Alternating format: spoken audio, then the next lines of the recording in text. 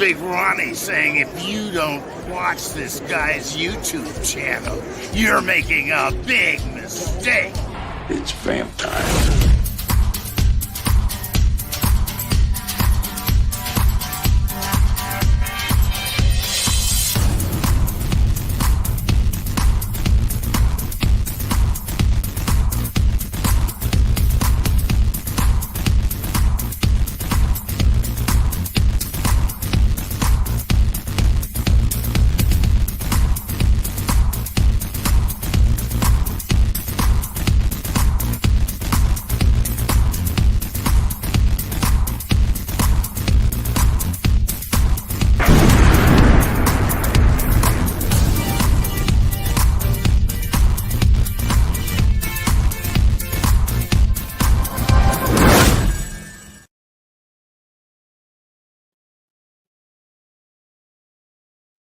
Hi.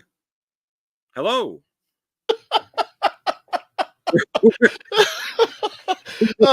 I threw you off there, did I not? You're like, why am I alone? Where am I? Who am I? Oh, that was amazing. You're like, what the hell's going on? Oh man. Oh, sorry. You know what? That came to mind just a moment ago. I set you up. I apologize, but it was all in good fun. How are you doing this evening, Mr. Ward? I'm fine. How are you? I am doing very well, man. Getting excited for this weekend. Just a couple days, and you'll be out here, and we're gonna have a great time this weekend, right? Yes, we are. Nice. So we're going to talk tonight. Well, and hello, everybody. Hopefully everybody's having a wonderful Tuesday evening, and we'll say hello to everybody in just a moment. But first, let me say John and I tonight are going to talk about Creep I.E. Aftermath, which I talked with Wet Movie 1 last night, but we didn't go into quite the detail that I would like to. And so we're going to dive into that. And there's a very new exciting announcement from Creep I.E. that just came out today. A new guest added to the list today. So somebody fun to look forward to, quite a legendary actor. So looking forward to that. And then after Wet Movie 1 and I went live last night, we received an email from the good folks over at Creep I.E. And I think they sent it out to all of their like press badge holders and or media badge holders, and it almost felt like they were watching Wet Movie 1 and I talk about the convention, because they went through and a lot of the things we were talking about they mentioned in there. So I'm sure it was just coincidence, but that was fun because it answered some questions that we had, and so we'll be able to answer those and talk about that tonight. But also there's some interesting stuff going on in the world of television and movies this week. Some new things coming out, some interesting scores going on with IMDb and good old Rotten Tomatoes. So we'll dive into some of that stuff. But first, let me say hello quickly to everybody. And then John and I think the first issue of the night, maybe we'll do a quick rundown of what's going on in the world of entertainment, because there's a big one for you this week, John, is there not? I believe that's Transformers 1. That is correct. That is correct. Getting good reviews. It is so far, yes. Gale, what's going on? How you doing, Gale? Antonis, Daniel, and Gale says Vinegar Syndrome is not my movie. Nice, very cool. Hopefully I get my Vinegar Syndrome order very soon. Robert, what's going on, Robert?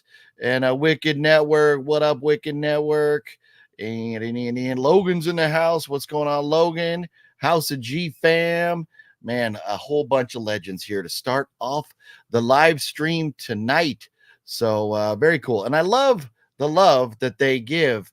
Everybody saying hello to John as well. And just like when I was on Wet Movie 1's video last night, there was a lot of folks over there going like, OGP, you're going to go live? What are you doing? And so spreading the love all around. It's what we do and we have fun. Oh, the Fluffy Gamer is in the house. Hello, Fluffy Gamer.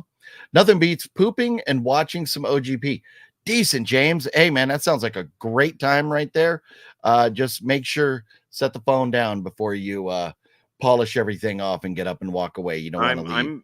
I'm pooping right now. Oh, very nice. Very nice. Good to know. So here we go. We're going to dive into Creep I.E in just a moment. But yes, this week, Transformers 1 comes out officially Friday. But right now, it has like a 90, as in 90 on Rotten Tomatoes. So that is a phenomenal score. I just watched the trailer for the first time. Have you seen the trailer yet? Yeah, there's two trailers. The teaser trailer I didn't like. I'm like, oh god, this just looks like Ninja Turtles. Why are we doing this? And then the Okay. second trailer that came out, I went, oh, this looks really good. So Okay. Nice. Well, the one I watched looked pretty exciting and, kind of reminiscent of a newer look to the animation, but reminiscent to the cartoons from way back in the day a bit. So, hopefully it's fun and everybody who goes to see it enjoys that. I know you are a big fan of it, so I'm sure you'll see it as soon as you can. Right? We have a busy weekend planned, so it yes, makes it tough for you to get there this weekend, but uh, can't imagine next week. long. Yeah. Okay. Yeah. So, in addition to Transformers coming out this week, there's also The Substance with Demi Moore and Dennis Quaid. Have you heard of this one, John? No. Okay, so this is a horror movie about an aging actress, like an aging Hollywood starlet who is Demi Moore.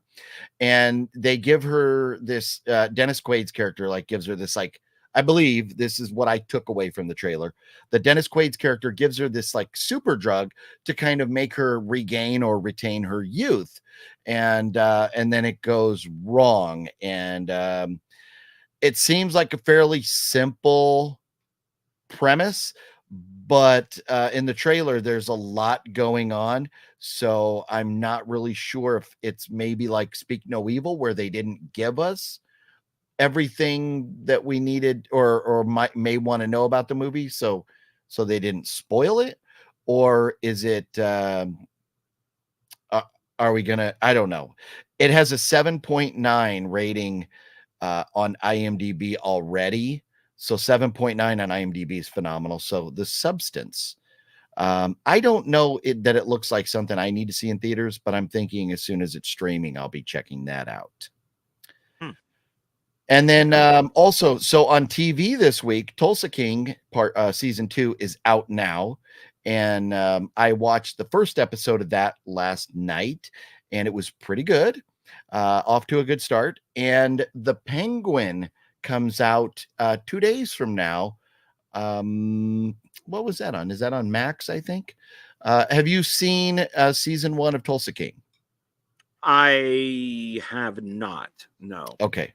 Sylvester Stallone. It's not as it's not on the level of like The Sopranos or something of that nature, but it's a fun, like, mob related kind of goofy show. I had a good time with season 1. I want to see it. I've heard that Stallone does not do any PC stuff in there, that he's makes fun of a lot of that. So I can appreciate that. Yes, he does play an old school mobster. And if you know anything about old school mobsters, they were not a fan of,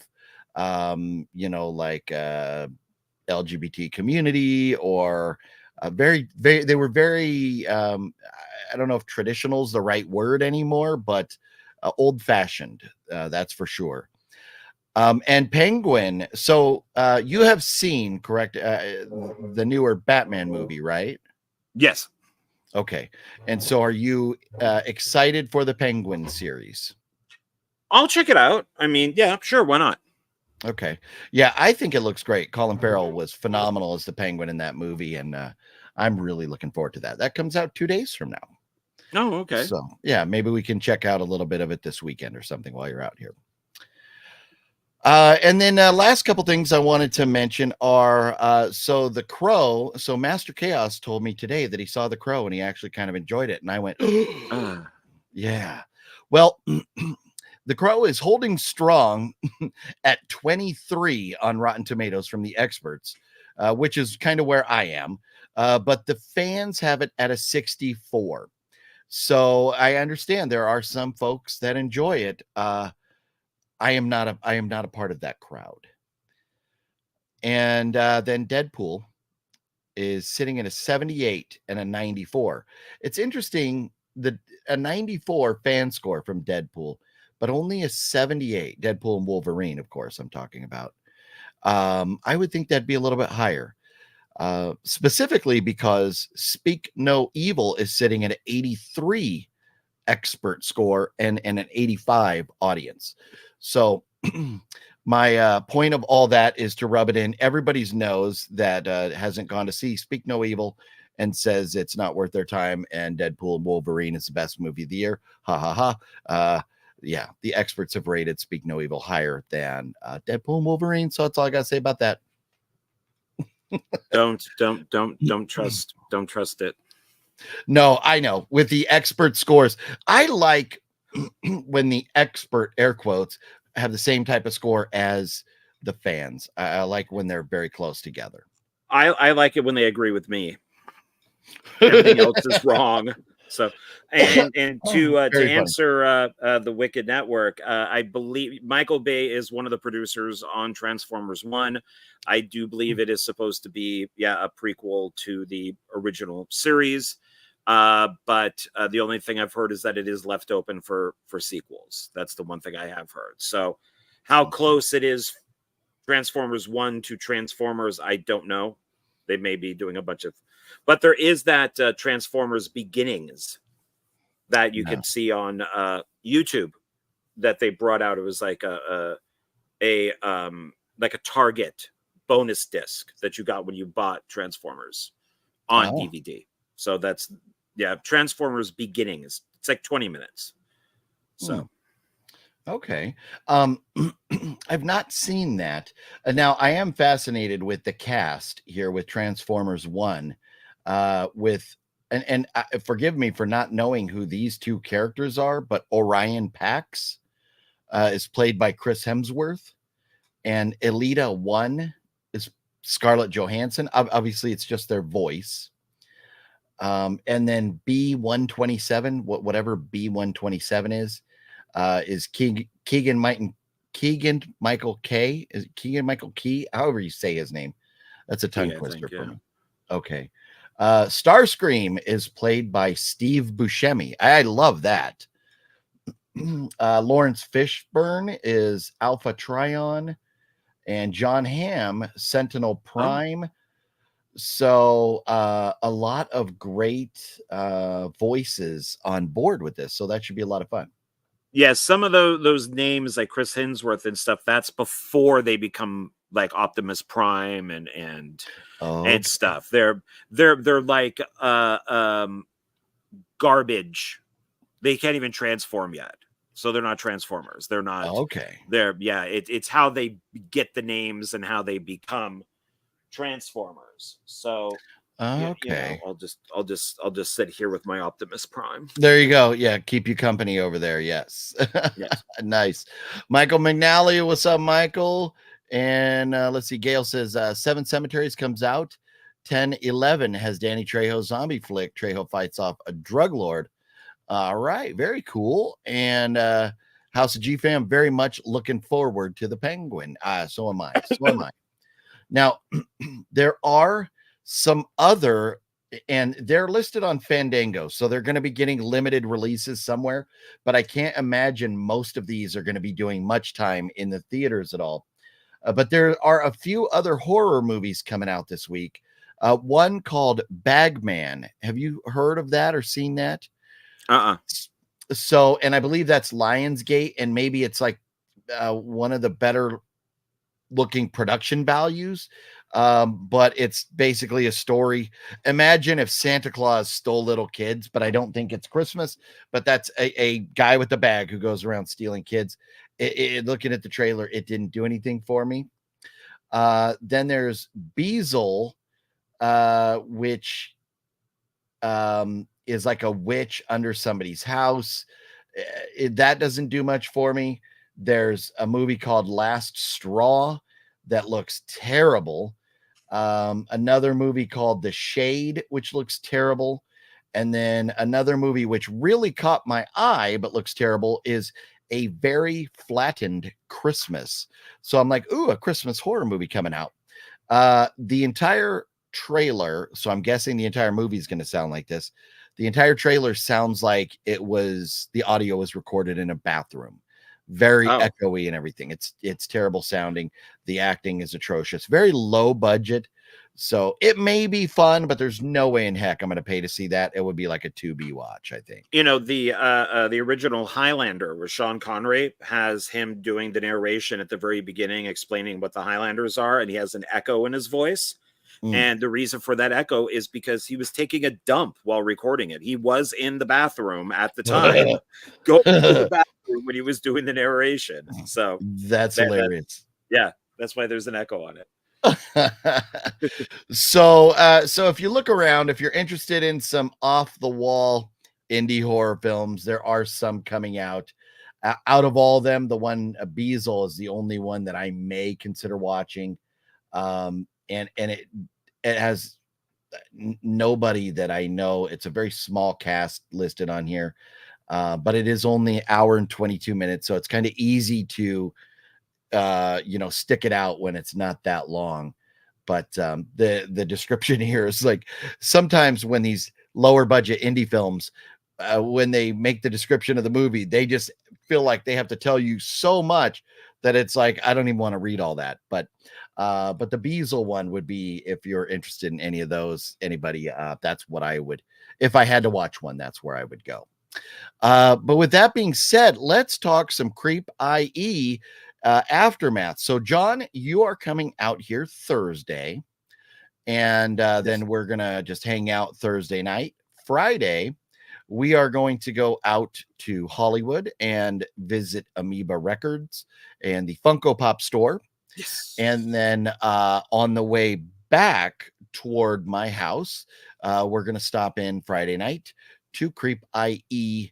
Aftermath for the Friday night. And then we'll get our badges and be able to cruise right in Saturday morning without having to stand in line or anything. So that will work out nice. And then we're going to go to the convention Saturday, see everything there is to see all day. And then we'll see what's going on for Sunday. We can go, we may go, or if Saturday we're like, we've seen enough, then maybe we won't go Sunday. We're going to play it by ear. But then Sunday evening or Sunday at some point, you are headed back home, are you not? Or actually Monday. Oh, Monday. Okay, there you go. I mean, I guess it depends on what's happening Sunday and what we want to do. So I could always leave Sunday, or if we have stuff that we want to do, I have all day Monday off. Okay. I and forgive me for that. And that's awesome. An extra evening of movie watching or whatever we shall choose to do. Very, very cool. So I forgive me, but I thought you had to go back to work Monday, but that's cool. Nice. So there you go. So a wild weekend, a couple of wild and crazy guys going to be having a good time. So that's awesome. Yeah. So with that in mind, are you ready? Are you prepared for the voyage and the trip out? For the most part, yes. I still have to do some packing. I got all the stuff that I need for the cats because they've never been left alone this long. So we're gonna see how that works out, and I'm going to look tomorrow night to grab some movies to bring to maybe have people sign. Nice. So I'm getting there. I'm about 90% there. So cool. Well, now, and do you have like a handy dandy notebook or a pen or anything as we go through the list, or are you just going to kind of play it by ear as far as what actors you may want to try and get or movies you want to try and bring? What's going to be your method? I figured that we would go through everybody. I would then check to see what films I have and then pull those and just kind of bring whatever I have and then see what happens when we're there. So yes. So, and one of the things that so Nick from Creep I.E. posted a video online last night, kind of talking about, as we get close to the convention, just some different things to know, for anybody watching. And this is, and if I'm talking about certain things may not apply to you and or us, John, but just the general public that might be visiting Creep I.E. This weekend. The parking, it's a cashless venue, so you have to have a card to pay for parking. That's $20. And you are allowed to have backpacks, so bring your stuff. You put all your stuff in there. But as I know, and I've said in the past, the parking lot is very close to the convention center, so it's not a long walk if you are going back to the car, if you didn't want to carry something around. There's been times where I've gotten like a poster signed and I didn't want to roll it up, so I wanted to lay it down flat. So I walked out to the car and laid it in the car so the ink could dry. So that's an option there as well. So that's kind of nice. Larry, the Batman fan, what's up, Larry? How you doing? So let's see. Get your wallets ready, fellas. Looks like a big one. Yes. So let me pull it up and let's dive in.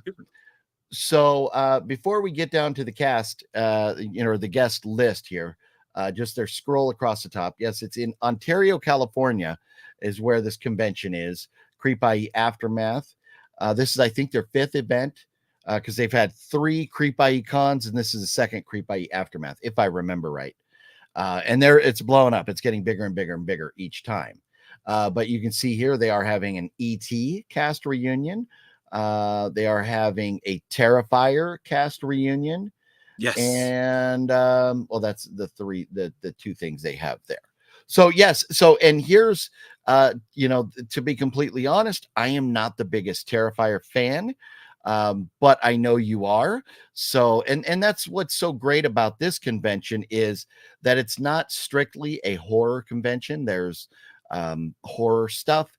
There's non-horror, like action, or even E.T., like kind of sci-fi fantasy kind of film.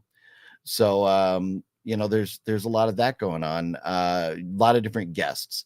Fall Rain, what time It's vamp time. It's vamp time. What up, Fall Rain? How you doing?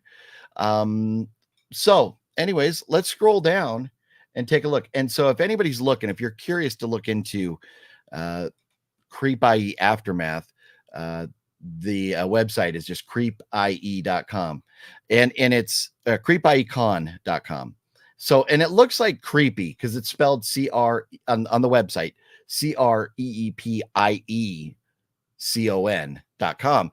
And what it is Creep IE, and IE stands for Inland Empire, because this is in Southern California. You have really 3 major areas. Well, 4, I suppose. You have San Diego, Orange County, LA, and the Inland Empire. So those are your like 4 main areas. If you could break it down into smaller areas, like LA, you have the Valley, you have the hills, there's different things like that. But the bulky big areas in Southern California, the Inland Empire is a very large, vast area. So Ontario Convention Center is right smack in the middle of that. So Creep IE Con, if you're wondering why I say Creep IE. And now, so they're going to have some panels, and I think they're, if I remember right, presented by Fangoria, like in a Fangoria room. And here's some of their other sponsors: Bloody Disgusting, Peacock, Paramount Pictures, Cool Waters, and Master Public. That's pretty cool that they have sponsors that are that big.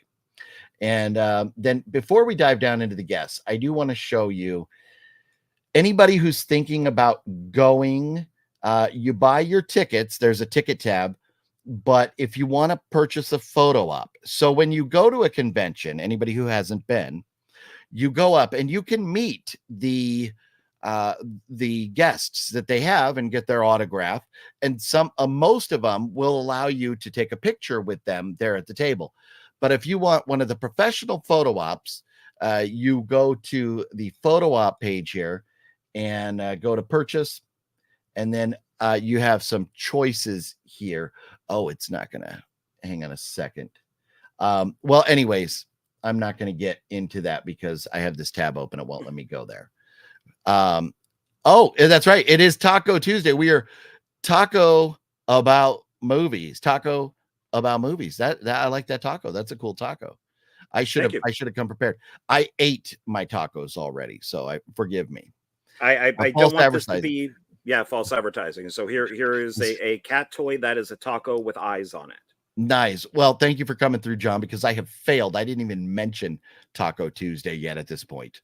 I was like, where's John going? He left. I bored him to death already. I've bored him to death. He's out of here. He just said, screw it. I'm leaving the live stream going.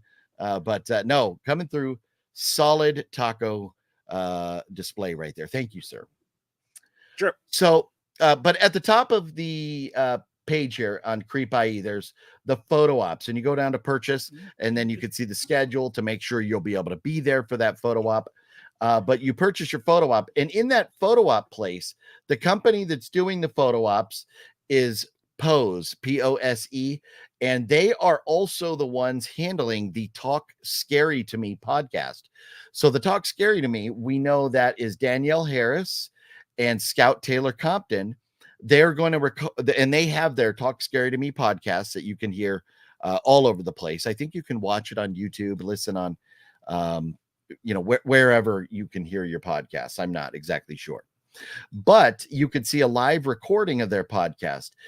And I wasn't sure when we were talking about it yesterday when I was hanging out with Brendan, but the Talk Scary to Me podcast is going to be in a separate room.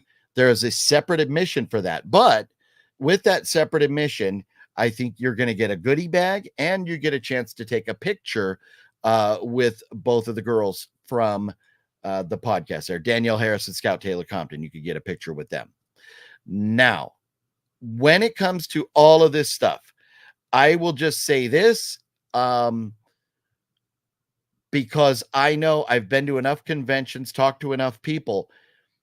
The people hosting the convention, the Creep I.E folks, do not control the pricing for things.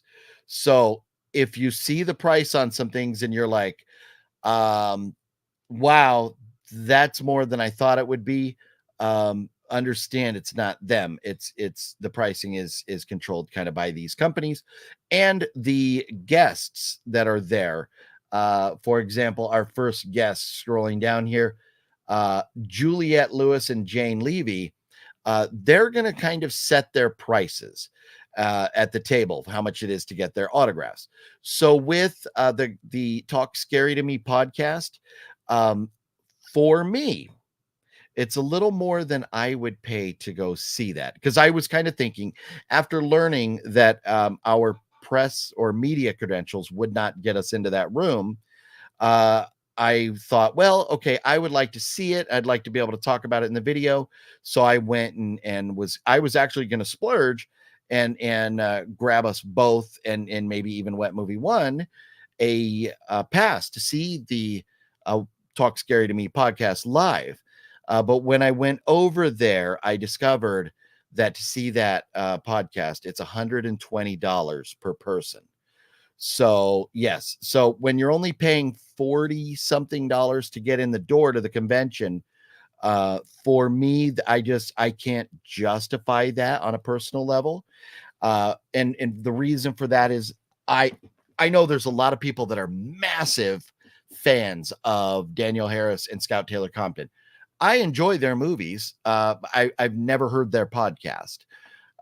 So I just can't justify spending $120 to see that podcast.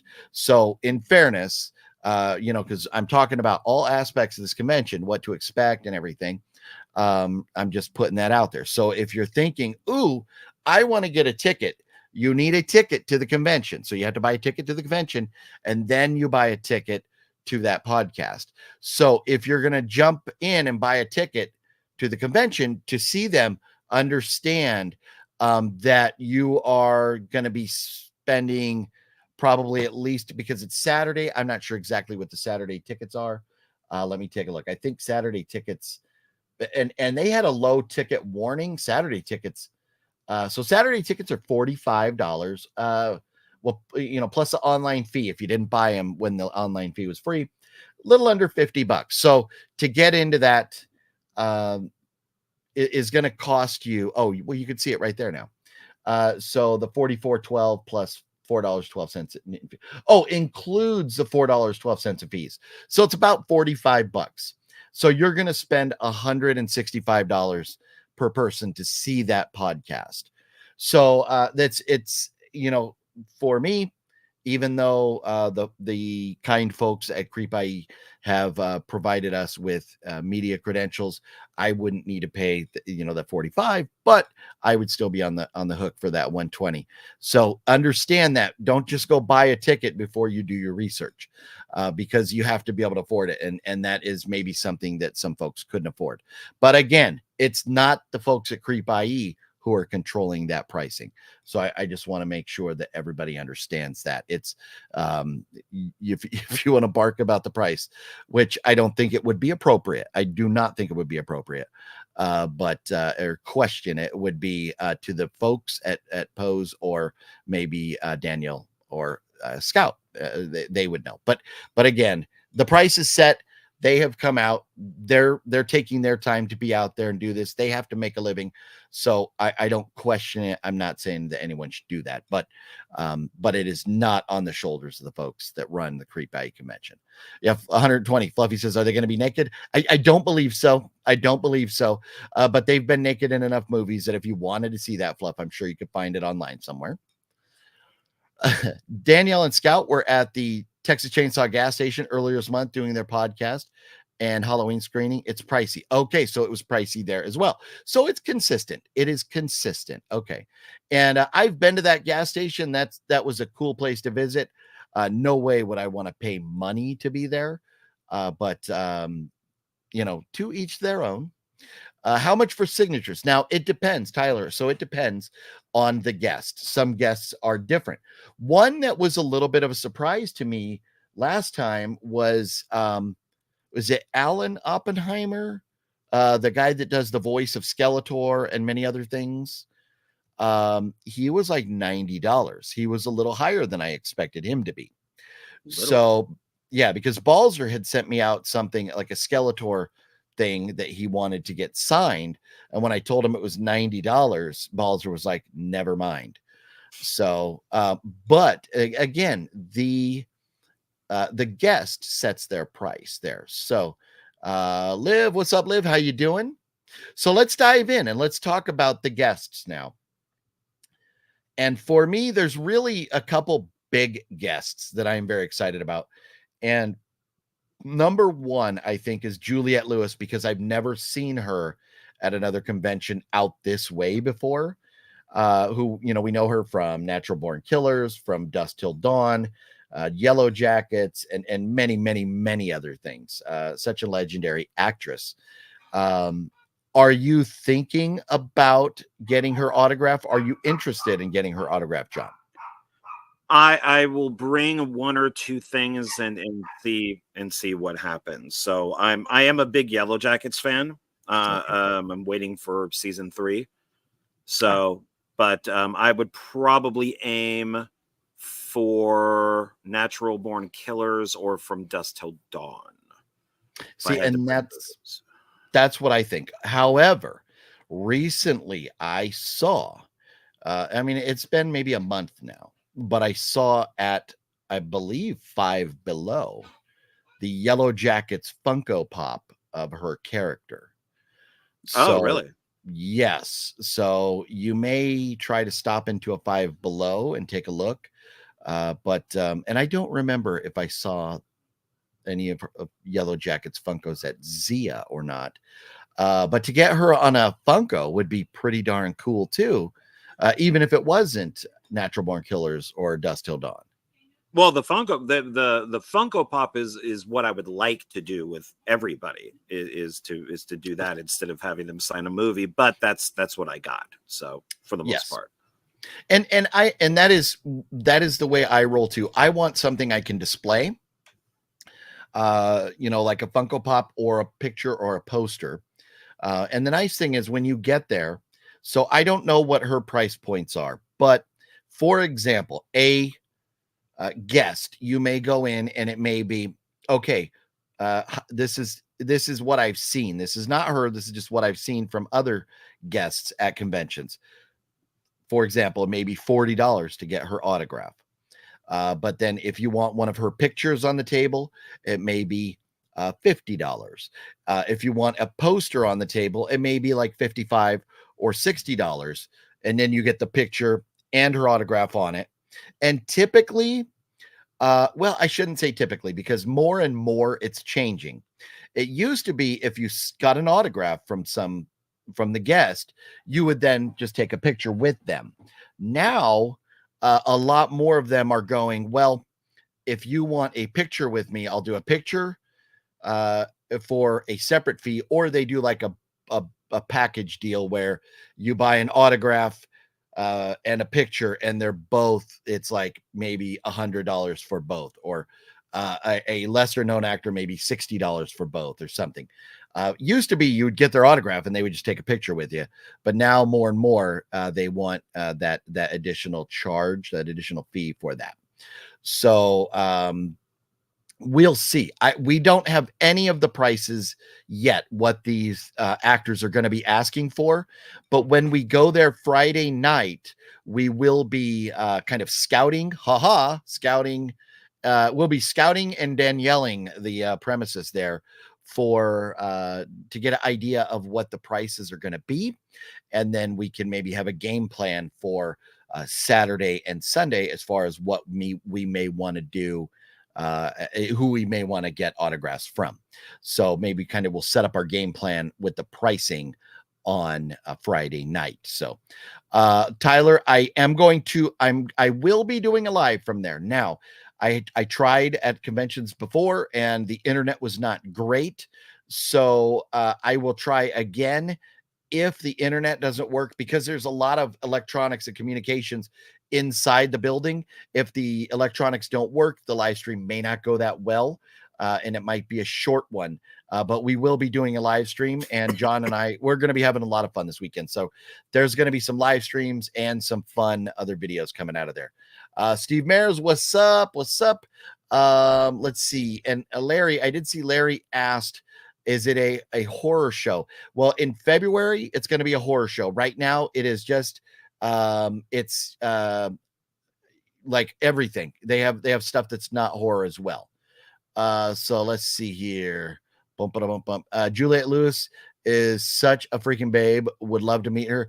Yes, agreed. No, her, I think, she was in a lot of good stuff, but her look in Natural Born Killers, like her, just the way she looked in that movie, I think really made her like, because she's, I mean, she's an attractive woman, but I don't think she's ever,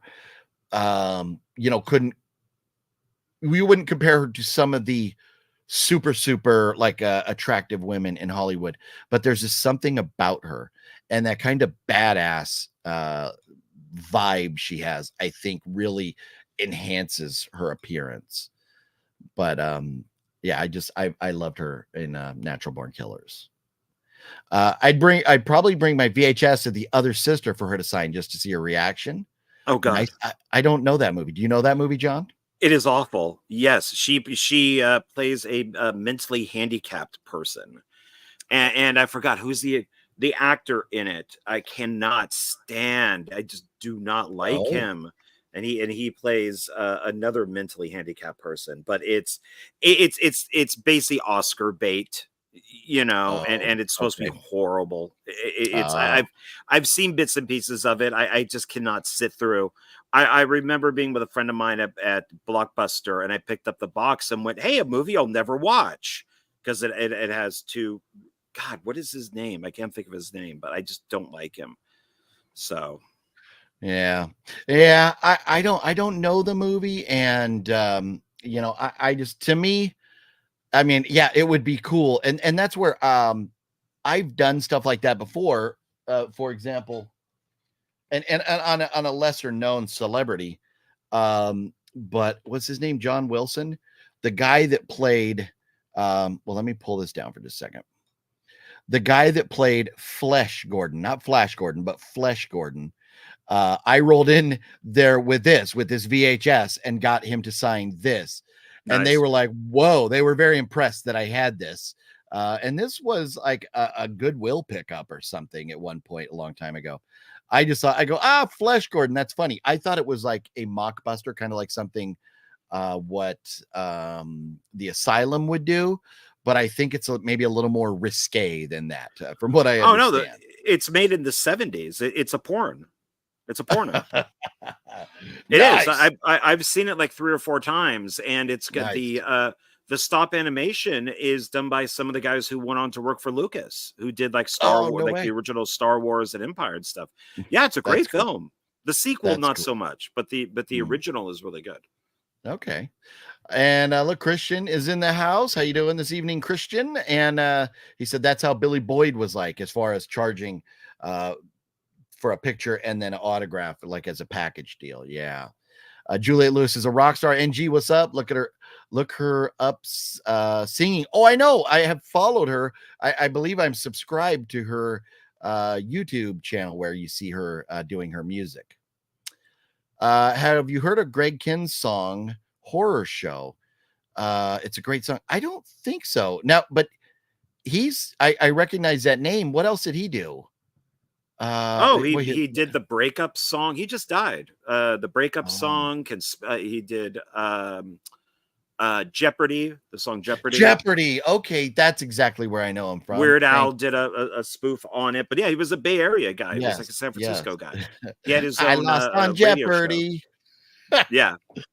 Okay. Wow. Yeah, that's well, rest in peace, Greg Kinn. I didn't know that.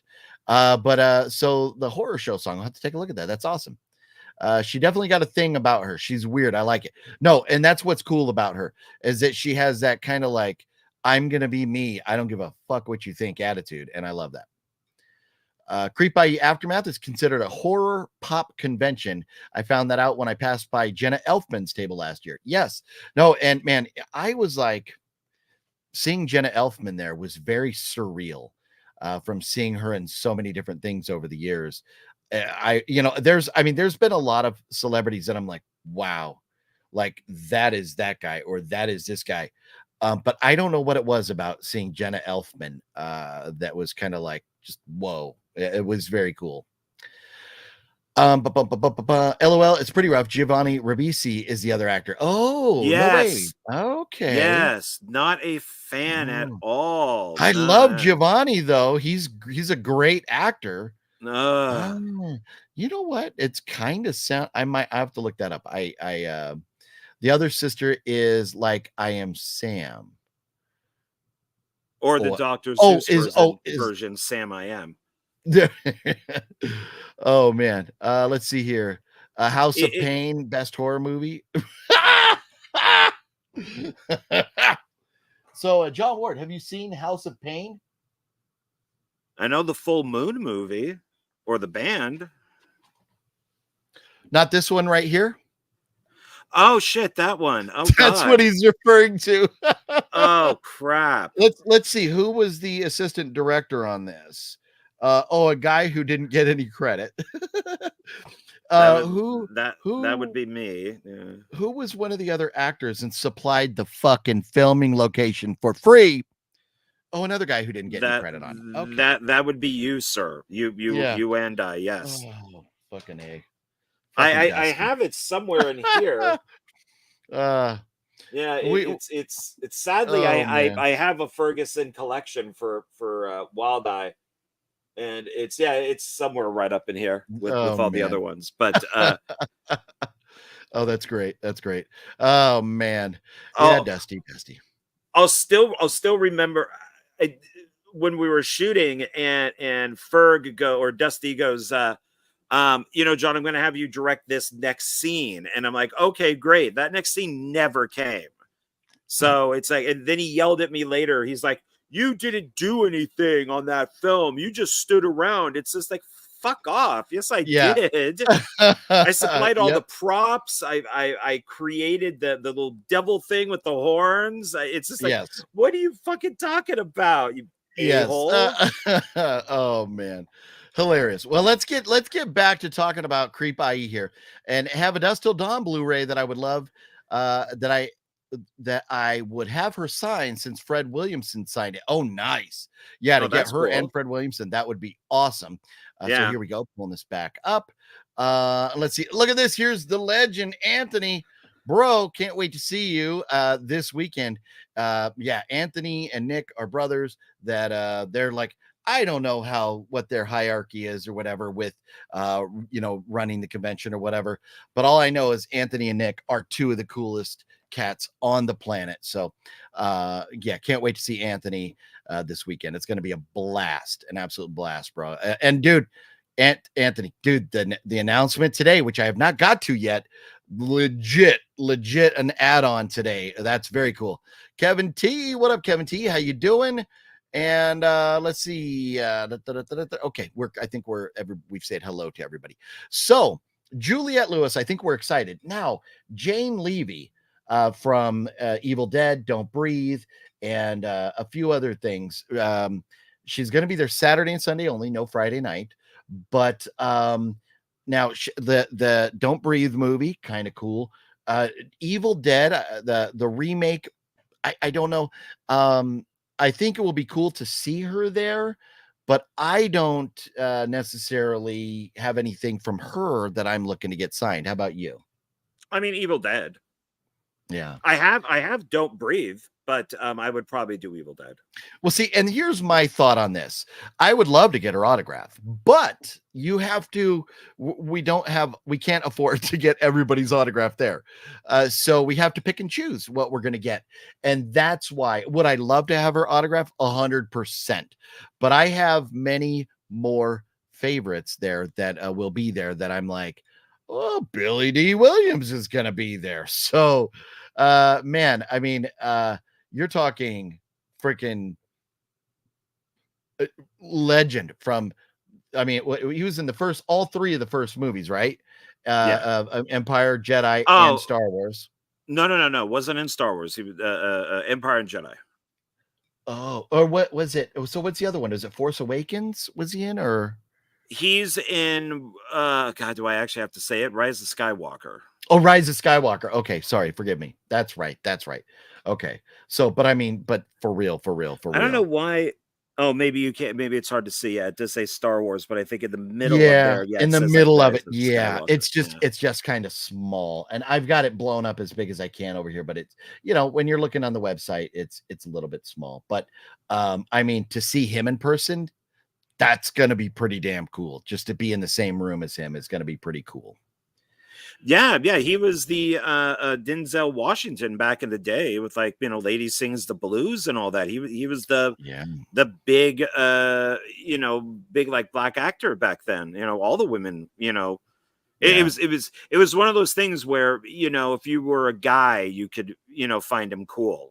And then all the women wanted him because he was, like, such a stud. Yes. Yeah. No, and you're a great comparison there with Denzel, because Denzel is exactly that. I love Denzel.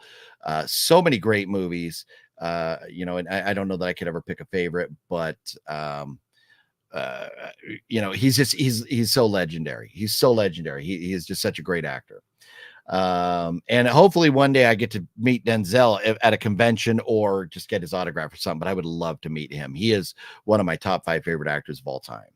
But Billy D. Williams, man, how crazy is that to be in a room right there? Look at him. So cool.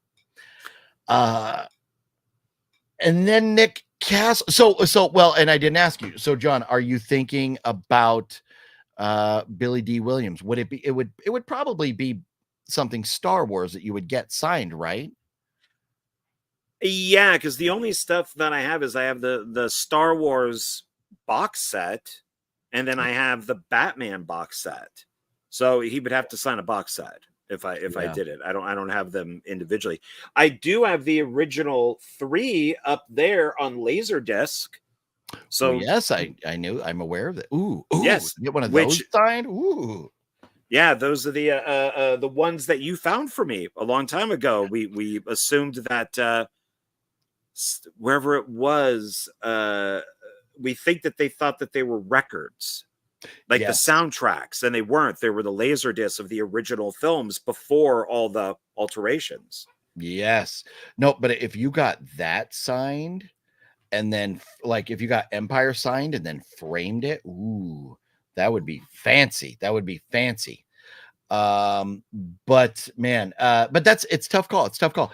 I think personally, what I would do with Billy D. Williams is I'm going to go to his table and look and see if he has maybe like an 8x10 picture that I can get him to sign the 8x10 because I'm just running out of space and I don't need to start a Star Wars poster.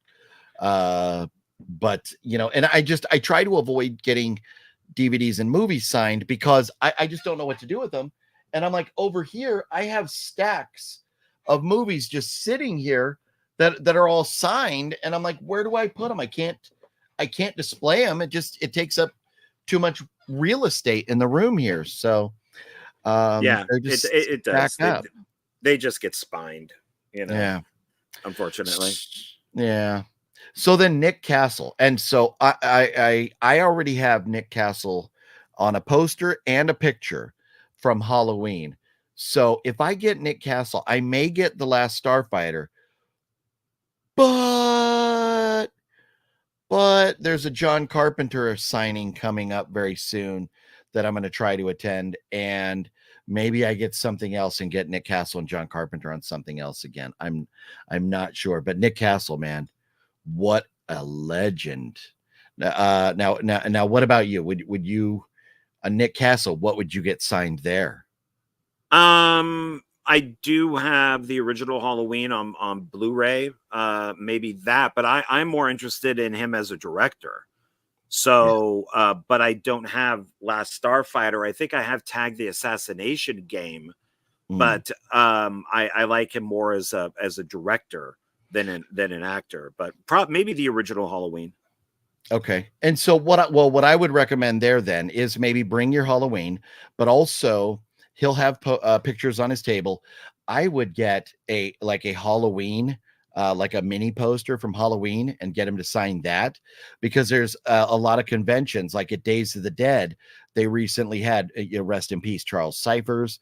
And they had, some of the other cast members from the original Halloween movie that you could add to that poster at a later date. And so when it comes to, or you could get probably a small picture or a poster from like The Last Starfighter. If you wanted to do something like that, he'll probably have something from The Last Starfighter there as well. I'm not sure how many other movies. I just trying to think offhand what I remember seeing at his, excuse me, little burpy burp there. What I remember seeing at his booth before. So, yeah, I mean, He did direct Major Pain. Yeah, that's right. I forgot about that. He went a little mainstream for a little bit. When I was working at the Tamalpais Theater with Mr. Cliff Macmillan and from Scream Factory and now Arrow. That's right. We opened. We did a preview for The Last Starfighter, and the news showed up. And I was an usher at the time, and they asked if I liked the movie, and I said I loved it. So they're like, okay, yeah, let's we're gonna make you part of like the fan trailer. Oh, nice. And so you'll be, we'll show scenes from the movie, and then there'll be a cut of a shot of me going, I loved it or something. And the film crew never showed up, the news crew. Oh, bummer. Yeah. I was very, very bummed about that, but I could have been in the trailer for it. Yeah. Oh man, that would have been cool. But yes, so Tag the Assassination Game, Last Starfighter. I mean, there's a bunch of things, but yeah, Dennis the Menace and Major Pain. Right. Yeah. So there's a few different things. But for me personally, I love The Last Starfighter, and I loved it as a kid. And I remember years ago, I saw The Last Starfighter at Walmart on DVD, and I picked it up, and then I sat down and watched it with my son when he was younger, and he really enjoyed it. So I have special memories of that movie as a kid, and I have special memories as an adult of watching it with my son. So I just absolutely love The Last Starfighter, and I would love to go there. You can go to the filming location. I think it's like a cafe or a store still, where the campground was, where the where the arcade game was and stuff. But back where the arcade game sat is like fenced off. It's in their back area, and apparently they don't let anybody back there, even fans. So that's a little disappointing, but but it looks so different now anyways. But man, I absolutely love Last Starfighter. Such a fun movie. It's a great film. Let's see here. Oh, I missed Yogesh. Hey buddy, you have such a cool channel. I like your channel, buddy. Thanks for the interesting content, OGP buddy. Thank you, buddy. Appreciate that. Very cool. Let's see here. What is your personal opinion regarding the Beetlejuice movie? I thought it was very well put together. I thought it looked great. The effects were good. The actors were good, but I was not impressed with the story. It was not compelling. I thought the story was a little ho-hum. So it really fell short at what it could have been. And has your opinion, John, changed on Beetlejuice since we saw it? No, I still hate it. Okay. Yeah. And that's there are a lot of people that love it. A lot of people that are kind of on our side of the fence with it. But I think it's visually a pleasing movie. Just the story didn't do much for me. So then here we go. Look at this. Tom Atkins, man, Creep Show, The Fog, Halloween 3. I mean, like, come on. You want to talk about legends here. I don't have Tom Atkins' autograph yet, and I'm so torn on what to get him to sign. Do I go with Halloween 3, which I have I got something very cool that I should get signed. Hang on.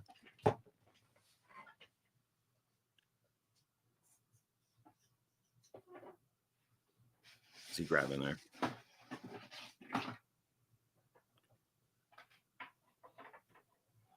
Thanks everybody for being here. Appreciate it. I didn't think about it, but I should totally get this signed from Halloween 3. I should totally have Tom sign this. Although it's kind of big and bulky, but it's the sign from the town from Halloween 3 that man, forgive me, but I apologize at this point. I don't recall which viewer sent that to me, but there was one of the channel legends sent that and a mask. I have the Halloween 3 pumpkin mask that I could get signed as well from him. But I love the Fog, man. I love the Fog more than Halloween 3. So I don't know. What about you with Tom Atkins, sir? Halloween 3 would be nice. I do have just a regular, I think it's like VHS copy of that, but Night of the Creeps would probably be the one. I'd probably bring that on Blu-ray. A lot of that has to do with Fred Decker, the writer-director of that. I'm friends with his brother, Chris. Yeah. So it would be nice to be able to have Tom Atkins sign Night of the Creeps, and then if I could get Chris to get Fred to sign it too, that'd be pretty cool. That would be pretty cool. Yes. Yeah. Yes. Yeah, man, it's a tough call. It's a tough call with Tom Atkins. But there's also My Bloody Valentine, the remake of My Bloody Valentine too. Oh, yeah. Man, I am gonna look up him on IMDb real quick, so we can kind of run down his resume a little bit more. Okay, so actor. So he's been in 84 things. I'm going to go back to the beginning because that's where a lot of the great stuff is. So yeah, I don't think we need to go all the way back there. Let's see here. So The Fog was in 1980. Oh, I forgot he's in Escape from New York. Dang it. I think I've made my decision. I think I get John Carpenter and Tom Atkins to sign this. I think I take this and get this signed at the John Carpenter signing as well. It's at box set that Scream Shout Factory released a while back of the Escape from New York movie. Nice. So yes, I love this artwork, and if I could get like in a silver paint pen right here, maybe either John Carpenter or Tom Atkins, and then the other one over here, that would be very cool. So I might have to get this signed from him. I'm gonna set that. That'd be cool, so I don't forget it. Yes. Man, I forgot he was in Escape from New York. That's why we have to go. You have to do the homework. You have to look into these things. But yeah, Creep Show, Halloween 3, a whole bunch of TV shows, Night of the Creeps, and Maniac Cop. Oh yeah, Man, that would be cool. Yeah, I think there's 3 Maniac Cop movies, right? I have 3 of them. Yeah. And then My Bloody Valentine from 2009. Oh, I didn't realize he was in Drive Angry. Must have been a smaller part, maybe. I don't remember him in that. So I mean, there's a ton of stuff, an absolute ton of stuff. Yeah, because that's made by the guys who did My Bloody Valentine. Oh, okay. So then we have Henry Thomas. Now you get to Problem Land. So for me, I'm going to bring my ET poster, which Henry Thomas is not on, and I will add Henry Thomas to it.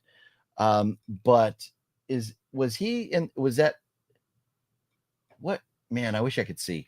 Was he in The Haunting of Hill House? Is that what it says? Or let's see. Yeah, also Midnight Mass. He's in all of I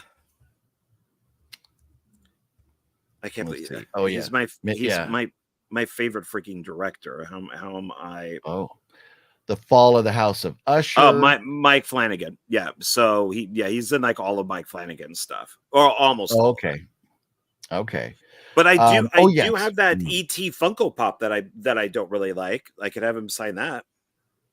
Well, there you go. Yeah. But man, with Dr. Sleep, which I like the movie, I hate it as a sequel to The Shining, so I wouldn't get him on that. But The Haunting of Hill House would be cool because to jump ahead here,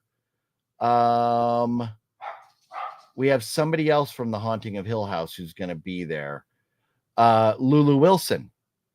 So right, I think Lulu Wilson was Haunting of Hill House. But anyways, there's going to be 2 guests there from The Haunting of Hill House. So, man, I think there was, might have been more. I can't remember, but Henry Thomas. I mean, you were talking about Elliot from E.T. I mean, I've got an E.T. poster. Man. But you know what though? Now, John, have you seen Dr. Sleep yet? Yes, I've seen everything that Mike Flanagan has made. Yeah. Okay. I thought he was pretty darn good as Jack Torrance. Yeah, I would definitely agree with that. And Mike Flanagan is doing the Exorcist stuff. So they kicked David Gordon Green out and they brought in Mike Flanagan, who is the savior of these movies, because he also did Ouija 2. So Ouija sucked, and then they brought him in to do the prequel for Ouija. Recently, I forget where I saw it, but there was some type of announcement, maybe like with a target date or something. I don't think we're going to get another Exorcist movie till 2026, but it may have been late next year, but I think it's 2026. But yes, no, I'm excited about that because The Exorcist, it's a great franchise. It deserves better than this kind of than what we got. buffet of religions there at the ending of the last one. So God, did that movie suck. Midnight Mass, I was never able, I started watching it, I just kind of it didn't pull me in. Have you seen that? I love Midnight Mass. It's also Mike Flanagan. It's his version of Salem's Lot. So yeah, I loved it. So I need to give that another shot. But E.T., Dr. Sleep, Haunting a Hill House. I mean, Henry Thomas, what a legend. What a legend. So so then here we go. We are in your territory now. David Howard Thornton from Terrifier 1, 2, and 3. And So then unless they have a table where they're all together and you could just walk down them, I do have a poster for Terrifier 11 by 17. I have a DVD for part 1, and I have the Blu-ray for part 2. I'm going to bring all 3. We'll see what happens. I really only want Art the Clown and Damien Leone. But so But if they're in a line, I'll take every. We'll see how that works out. Yeah. Well, it's going to be interesting because now at Days of the Dead, they did not have the biggest line. Now, last time that they were at Creep I.E, they had a big line. So I'm curious now because they have done every convention under the sun. So I'm wondering if a lot of folks would already have them, and maybe their lines won't be that bad for you. But Lauren Lavera being returning from Terrifier 2 and then also being in Terrifier 3, there's not too many actors aside from Art the Clown that have been carrying on through the franchise. So it would be kind of cool to get her too if you could, but you're right, Art the Clown, to get the clown and the director would be huge. Yeah. So yes, and so David Howard Thornton in The Mean One, has that come out yet? Do you know? I think it has. Yeah, Okay. I'm pretty sure you could see it. Yeah. Okay. I don't know if there's a physical, but I'm pretty sure it's streaming. Okay. Yeah, I don't know. I'll tell you this. David Howard Thornton is a phenomenal actor, at least as Art the Clown. I don't know that I've seen him in anything else yet. But as Art the Clown, he is amazing. He's brilliant. The just the body language, his ability to just change from happy to evil is great. Very funny and charismatic as a clown. So I think he is the best thing about the franchise. So to get him on a poster, that would be pretty cool for you. But like, unfortunately for me, I'm not the biggest Terrifier fan, and there's other celebrities and guests that we have not even got to yet that are going to demand my money much more. This is a long list. It keeps going, sir. So that's why you have to be very careful. You really do, because there's so many. So there you have it, the Terrifier folks. And then, and that wasn't even all of them, because you have Elliot down here too. But then here you are, Scout Taylor Compton, which I don't have her autograph. And now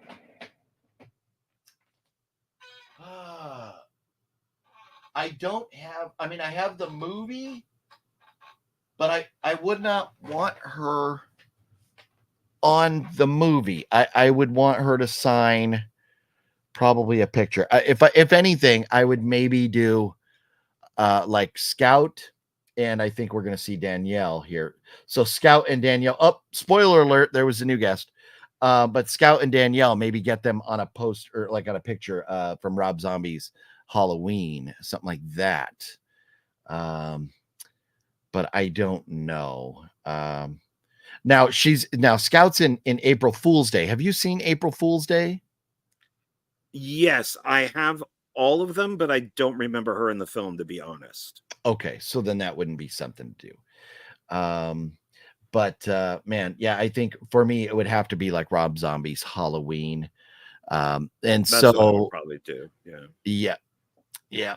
So here we go. The big announcement of today. The big announcement today that Creep I.E put out, the addition to the guest list, Ron Perlman.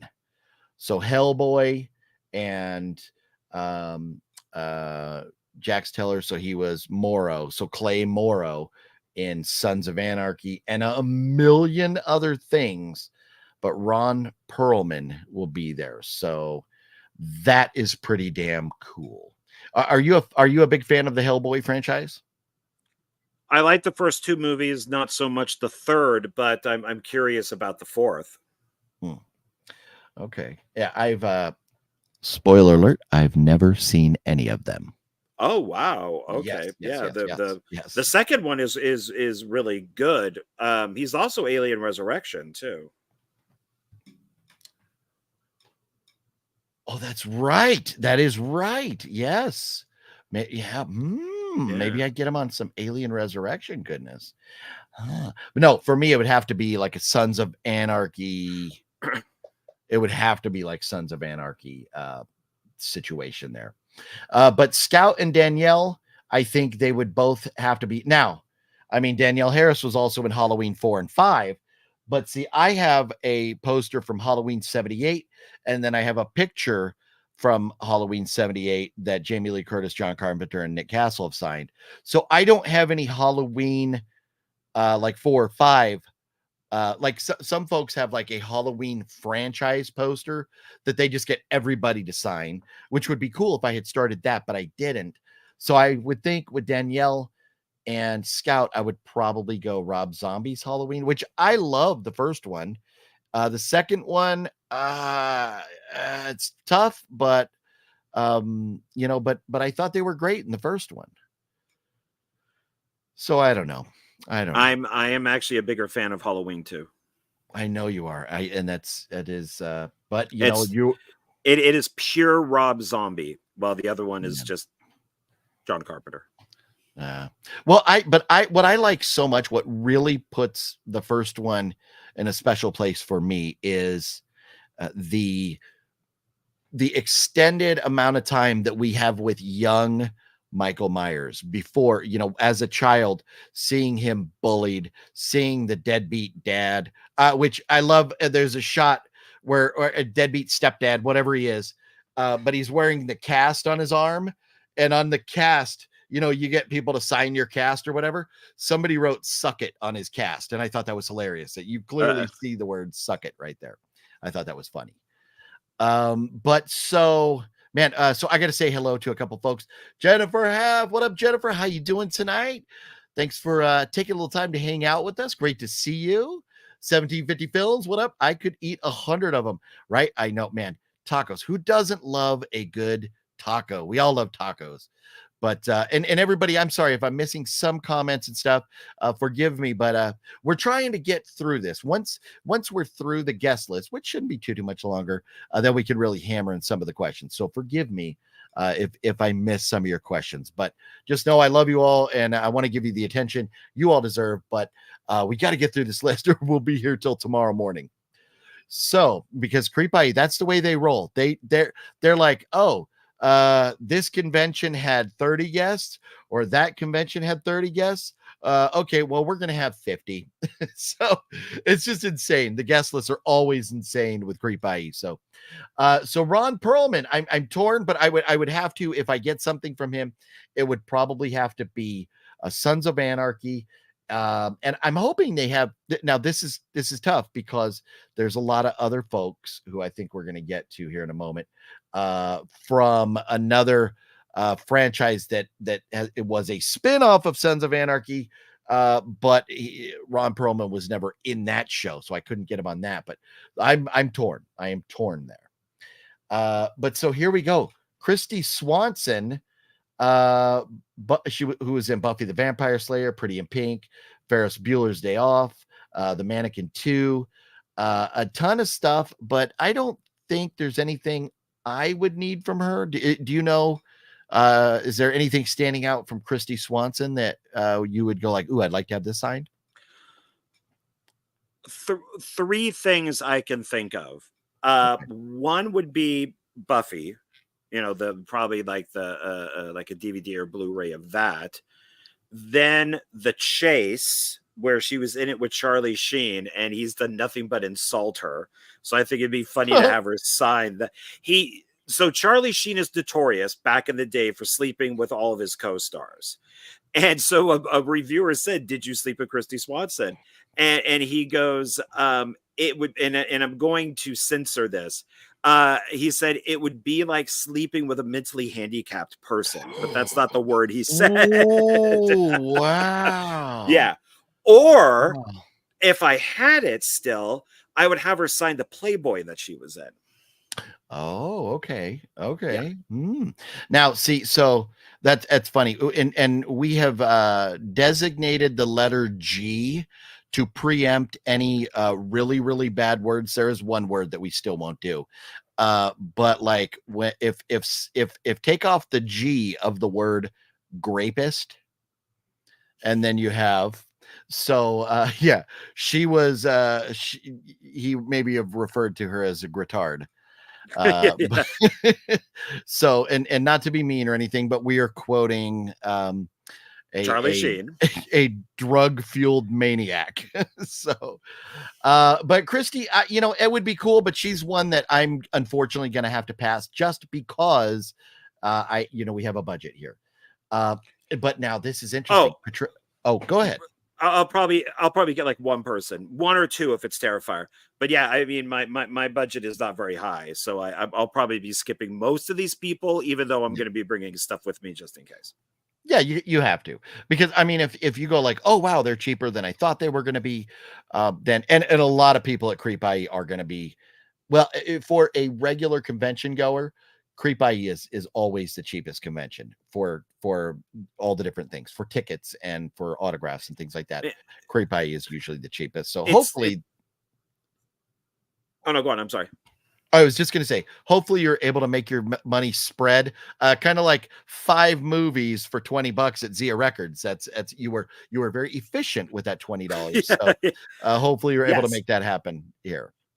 I'm telling you, man, conventions aren't like I just turned 57, and I remember when, and I think I've mentioned this to you, when Cliff and I were, working together at the theater, and we went to Burbank, and there was a few conventions going on, and one was the Texas Chainsaw Massacre convention, and it was parts 1 and 2 at the time, and everybody was there.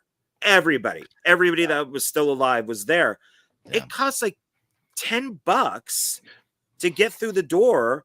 And of course, Cliff and I had all this stuff with us, for people to sign, Gunnar Hansen, all of them. The cook was there, everyone. And they all signed for free. Yeah. And if you really wanted to make them happy, you bought for $5, like an 8x10, and they would sign it. And then they were more willing to sign something. But I remember it was funny, as I had this for Gunnar Hansen, is I had this picture of him that looked like it was almost taken from a frame from the original Texas Chainsaw Massacre, because it was really burnt looking and stuff. It was really kind of weird. And he's like, oh, where did you get this? This is really cool. I like this. Oh, this picture. Oh, and, to John, blah, blah. And I told, I just, I found it. And then Cliff puts down his poster, because it was a foreign poster. Gunnar Hansen freaked out at this poster. And like almost refused to sign it. And it's like, this is before the internet and all that, but Cliff got it from like some mailing company, and he liked the poster and he freaked out, but he still signed it. But back in the day, you could just bring like 10 things for these guys to sign, and if you bought a poster or a still or whatever, they'd sign it all for free. Yeah. But not today. One thing is like $50, and it's like, wow. Yeah. Yeah. Well, and so that is kind of interesting, related to the next guest here, Patricia Velasquez. And now from the Mummy Returns, Curse of La Llorona, and Satanic Hispanics. So I mean, you're talking now, was Tom Cruise in either of those, Mummy Returns or the Mummy? Which one? No, that's the Brendan Fraser one. Okay. So, but she, I mean, what a legendary actress right here. But now, see, I was at the Satanic Hispanics signing, and if you bought the movie, there were so many of the cast members, and the director, Mike Mendez, well, one of the directors, Mike Mendez, who's a very famous director, was there. And so I have Satanic Hispanics signed by Mike Mendez and Efren Ramirez and several other people. So it might be kind of cool for me to add her to that Satanic Hispanics DVD, which, let me see if it's right here. Oh yes, well, it's a Blu-ray actually. So so up here, I'm gonna take this down, but we're talking about Patricia Velasquez right now. So you have Mike Mendez over here, Efren Ramirez, who we all know as Pedro in Napoleon Dynamite.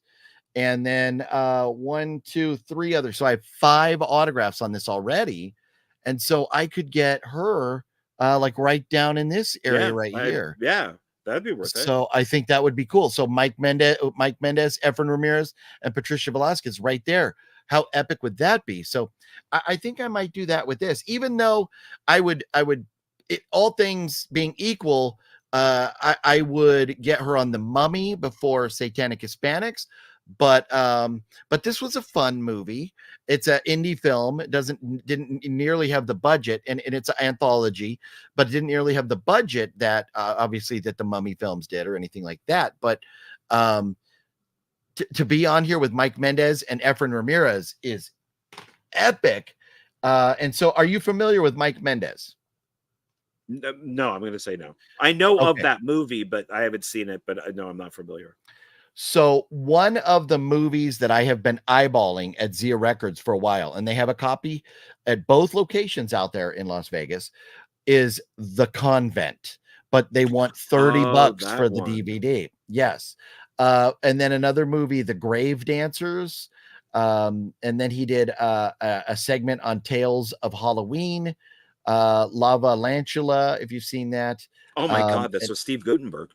So, so anyways, Mike Mendez is a legend, an absolute legend. So, to have him, Efren, and Patricia on that one Blu-ray would be pretty epic.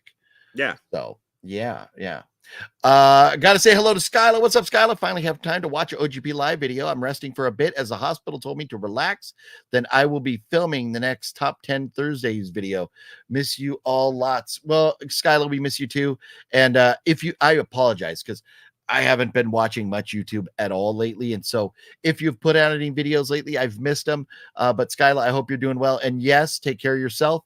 Gotta treat that little one that you are growing inside of you right now very carefully, so you have a nice smooth pregnancy and a happy baby. So Skyla, yes, you got to do what you got to do. But yes, Skyla, awesome to see you dropping in.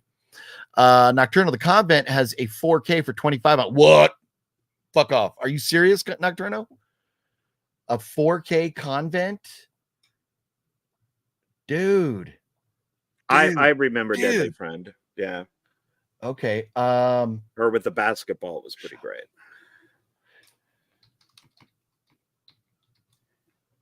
The Convent 4K. Thank God I didn't spend. Wow. Okay. Thank God I didn't spend that $30 on the DVD. Wow. Okay. I'm only seeing well, this says Blu-ray 2 disc. Oh yeah, 4K. Ooh, Convent 2 disc special edition. Well, it's showing 37 right now. Blu-ray Convent special edition for 22. Wow. Man, thank you for that tip, Nocturno. Legend. Bro, you're going to be there this weekend, right? Man, Nocturno is absolute legend. Nocturno is one of the homies we always see at conventions and stuff. Great dude. So looking forward to seeing him. But so anyways, Mike Mendez, man, yes, and love Steve Guttenberg, right? Who doesn't? Like one of the most lovable dudes actor wise. Decent, nice. Nocturnal, see you there, homeboy. Where were we at? Oh, here we go. So Patricia is high on my list. She is high on my list of people to get. But then, dang it, here we go. JD Pardo, who one of my favorite movies of the year, Roadhouse. Oh man, he was at the beginning. Have you seen the new Roadhouse, John? No. Okay, so he's at the beginning. But anyways, I kid about that. But Mayans TV show, I absolutely love Mayans. I'm not familiar with too much else he did, and I don't even care because Mayans is to get JD Pardo, Emilio Rivera, and Michael Irby on a Mayans picture poster would be epic. So there's those three guys. But now, because we've spoiled it already, we'll get back to them in a second. But we have to talk about Ethan, how do you say his last name? Suppley or Supley? I think it maybe Suppley, Ethan Suppley. But that I don't know. Yeah. So, but from American History X and Clerks, Butterfly Effect, My Name is Earl. And it's crazy now because he's lost all the weight and he's really big and buff. He works out all the time. But I have right over here, and I wish I would have got a picture from a poster, but I'll show you this. I got this from Eddie Furlong from American History X. And so I wish I would have got a picture of the actual poster from the movie, and I could have got Ethan on there as well, but it would be a little weird to get Ethan to sign this. But I could get Ethan on something from American History X and and have him sign that. But man, you're talking Butterfly Effect is good, but man, Clerks, love Butterfly Effect. Right? That's the only thing I care about, because it's Clerks 2, so not Clerks. But even worse would be Clerks 3. So, yeah. But My Name is Earl. Did you ever? I loved that show. It was a great TV show. I think I watched maybe like one episode, one or two. Okay. Yeah, you had to give it a little more time. It's if you ever have time down the road. But he's an well, no, I don't, because I need to watch The Acolyte and Agatha All Along. Thank you very much. Yeah, you do. My fault. My bad. Oh man. So him, I'm gonna go see how much he is. And I'm probably gonna try and get something from American History X to put on the wall next to this. So, because this is when with Eddie Furlong, it was like, what do I get? I mean, I love, who doesn't love T2, but to me, so Linda Blair. Everybody gets Linda Blair on The Exorcist. I want Linda Blair on Hell Night. Everybody gets Eddie on. I mean, there were some people getting Eddie on American History X, but everybody gets Eddie on T2, their biggest works. And so I love the fact of having this on a movie that I truly love. I thought the writing was amazing. And that scene where, oh my God, the guy with his teeth on the curb and boom. Yeah, he got curb stomped. Yes. Oh, that was a hard scene to watch. So, but such a well done movie, a very controversial topic and stuff, but just a phenomenal movie. So that's probably where I'll go with Ethan. But JD Pardo from Mayans and Emilio Rivera. See, this is where it's tough now, because I could get Ron Perlman and Emilio Rivera on a Sons of Anarchy poster. So then, but what about JD Pardo and Michael Irby? But now maybe I could get Michael Irby on Barry, or maybe you would want him in one of the Fast and the Furious movies, apparently. So which one was he in? Does it say? Fast X and Fast something. I'm not sure what the other one is. Too small to read there. But now, have you seen the TV show Barry? No. Okay, Barry is one of my all-time favorite TV shows. It's about a guy who gets out of the Marines, and starring Bill Hader. Bill Hader is like an ex-Marine. Well, there's no such thing as an ex-Marine. He's a Marine veteran who gets out, and he's a hitman, a professional hitman. And then he's supposed to take a hit out on somebody in Hollywood, but then he sees like people in acting classes and he wants to become an actor. So it's a professional hitman who wants to become an actor. It is hysterical, but extremely violent and fun at the same time. Some amazing episodes in that show. I highly recommend it. I put it right up there with Barry. Might not be. So my favorite two of all time are going to be like Breaking Bad and The Sopranos. But then right below that, where I would rank shows like Dexter, and maybe Boardwalk Empire, and just a lot of other great shows that I really, really love. Barry is right there. And he's like, if that show's not an A+, it's like a solid A or an A-. It's really, really good. So something to add to your watch list if you get around to it. Barry is phenomenal. It will blow your socks off. But so Michael Irby, and so it's great. And one of the things I love about Michael Irby is in Sons of or in Mayans, he plays this really badass president of a biker club. He's a gang member. He's a badass, a ruthless like killer at times in that show. But then in Barry, he's a very I don't know, I need to be very careful how I state this, but he's gay and very out of the closet, flamboyant. So it's hysterical, but I just love seeing his acting range. And the two shows were on TV at the same time. So he's, one part of the year he's acting for one, other part of the year he's acting for the other, with just two totally different characters. Oh, he was in Fast Five. So I don't remember him in Fast Five or Fast 10, and I've seen all of those like 3 times. Okay, let me get back here. I didn't realize he was in an episode of Person of Interest. So and he was also in Faster. No way, the movie you just convinced me to buy. Oh shit, okay. That was a film I was going to suggest that we watch when I'm out there. So, okay, well, yeah, let's do that. So let's see. Let me get back. I'm going to try and find some stuff. So he was in just a couple episodes of 24, the TV show. Then he was in Faster. He was at Fast 5. His character's name was ZZ. Yeah, I have no idea. Let's see if I can pull up a picture of him. And this is just generic pictures from the movie. Yeah, obviously with a cast that big as Fast 5 had, he's not going to be like one of your leads. Yeah. Yeah, even the main cast, there's like 10 people. Yeah. No, it was a very, very big cast. So then let's see here. He was in a lot of different TV shows. And trying to get to movies. So many TV shows. Wow, another TV show. So Mayans.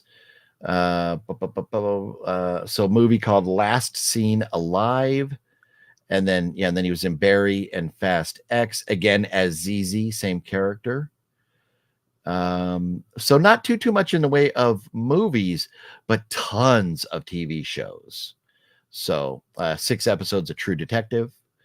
So is that the new? Oh no, is that the new one? Oh, he was in the new one with it's funny how they have Vince Vaughn, Colin Farrell, Rachel McAdams advertised. Well, I don't know which ones he was in because they have them all lumped together. Forgive me for that. But I love him as an actor. He is so he is just a great actor, such phenomenal range. But Michael Irby. So man. Maybe I get Michael Irby on Barry, and then Emilio. But man, then what about JD Pardo? I don't know. I am very conflicted. I am very conflicted about these guys right here. So I'm not sure what I'll do. But I just love the fact and to be, Emilio Rivera. He is such a legend that just to be in the room with him is going to be something cool. So, but yeah, from Mayans, Venom, 3 from Hell. I mean, like.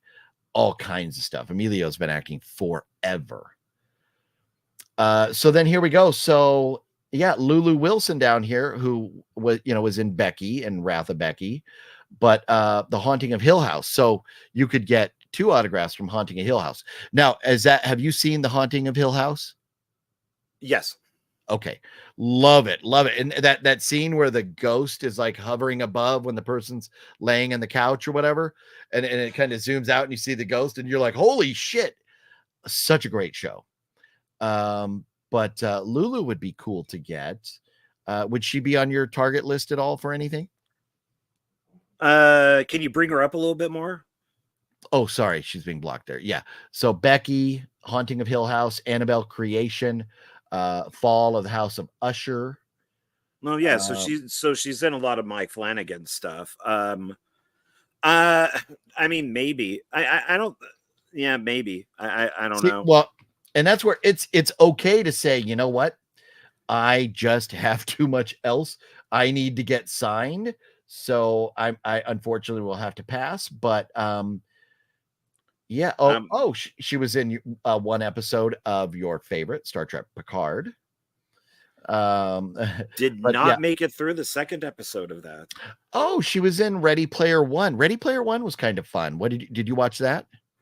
I made it through about 20 minutes. So okay, I need to finish it. I need to go back. It's Spielberg. I need to watch it.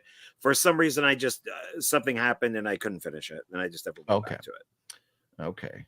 But yes, Annabelle Creation, Ouija Origin of Evil, Deliver Us from Evil. Boy, she's been acting since she was a very, very young kid. Yeah, so she's been in a lot of Mike Flanagan. Yes. But Becky and The Wrath of Becky. Yes. So, man, she is going to be, she's turning herself into an instant legend here already. But now here we go. So in addition to Henry Thomas, you can get an ET poster and get Henry Thomas, and then get back down here. D. Wallace, get my C. Funko. Thomas Howell. Oh, yeah, there you go. Well, good luck getting all these on there. But Henry Thomas, D. Wallace, C. Thomas Howell, Robert McNaughton, and Matthew Dermott.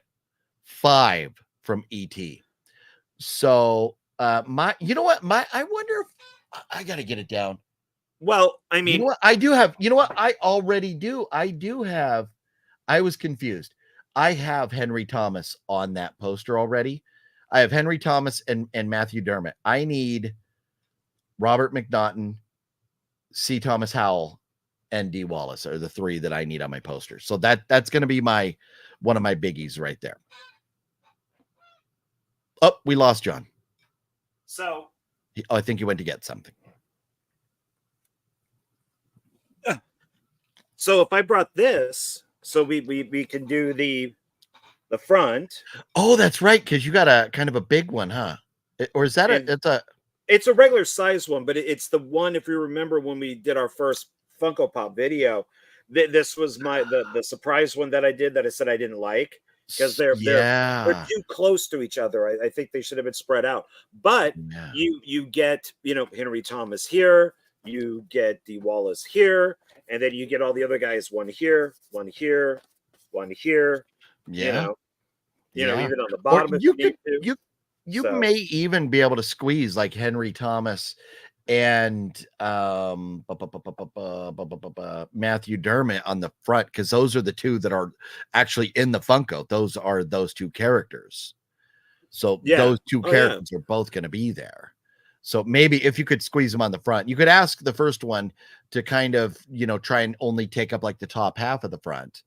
But, but anyways, I mean, yeah, like you said, you could have, just one on the top, one on each side, one on the front, and one on the back if you had to. So, yeah. So this I'm going to definitely bring. I do have ET, the Blu-ray that has the bastard version of ET that Spielberg released, where all the FBI members are holding walkie-talkies instead of guns. Oh, so, yes, man. Because it has both versions. Yes. So, but man, so much. I like, and see, I already have C. Thomas Howell's autograph on a Damn it, Wet Movie. Right. Nerd problems. I know. No, Wet Movie's going to be right there with us. And then we're all going to leave there going, God dang it, we spent way too much money. But Wet One, did you hear they added Mr. Ron Perlman right there, Mr. Hellboy? Did you hear they added him today? Did you see that? Added him only for Saturday, so you got to get him Saturday if you're, that's when Wet One will be there. But I believe Wet One already has Ron Perlman. But man, so I am definitely bringing my poster. But but D. Wallace.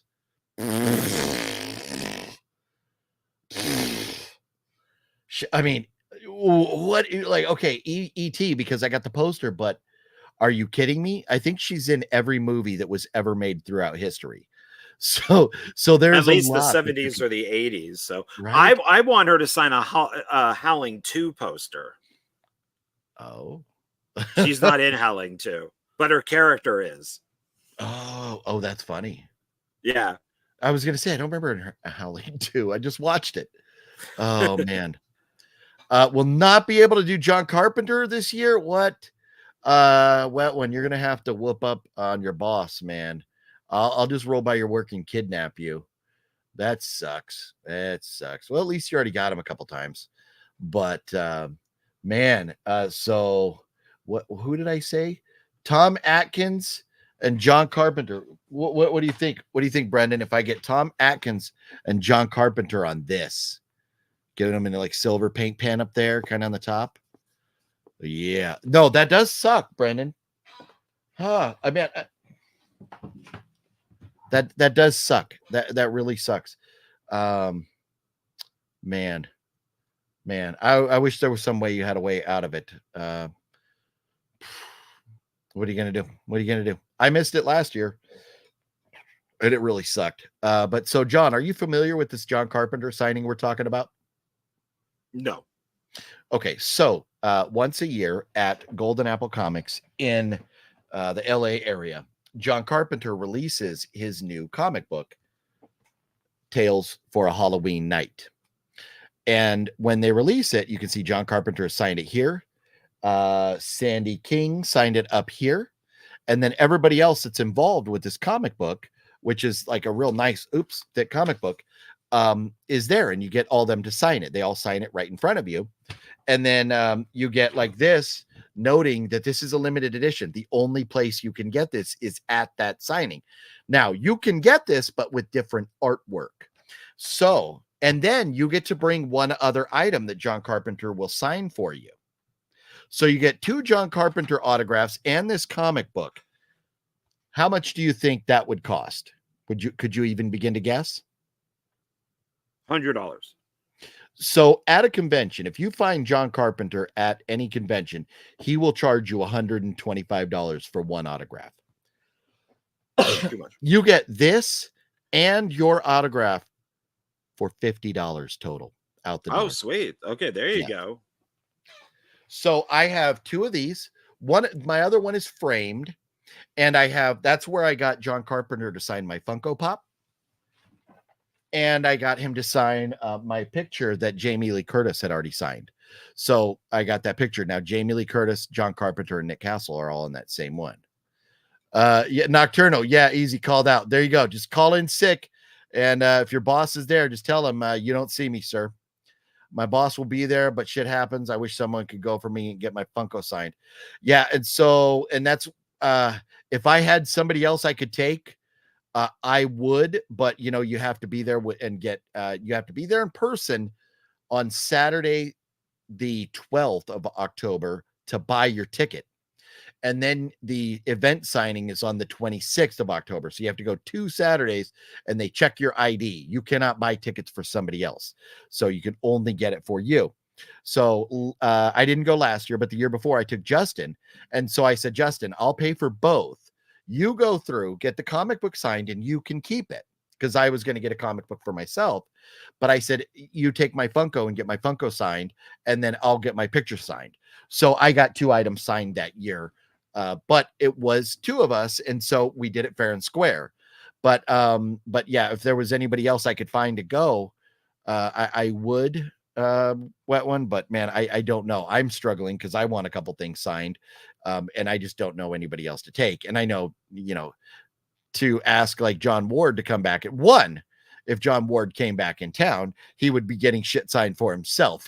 But 2, to get John to come into town twice in October after being here in September is going to be nearly impossible with his work and everything. So John's out. Yeah. So I don't know who else I would get to come with me or anything. But the John Carpenter signing is always fun.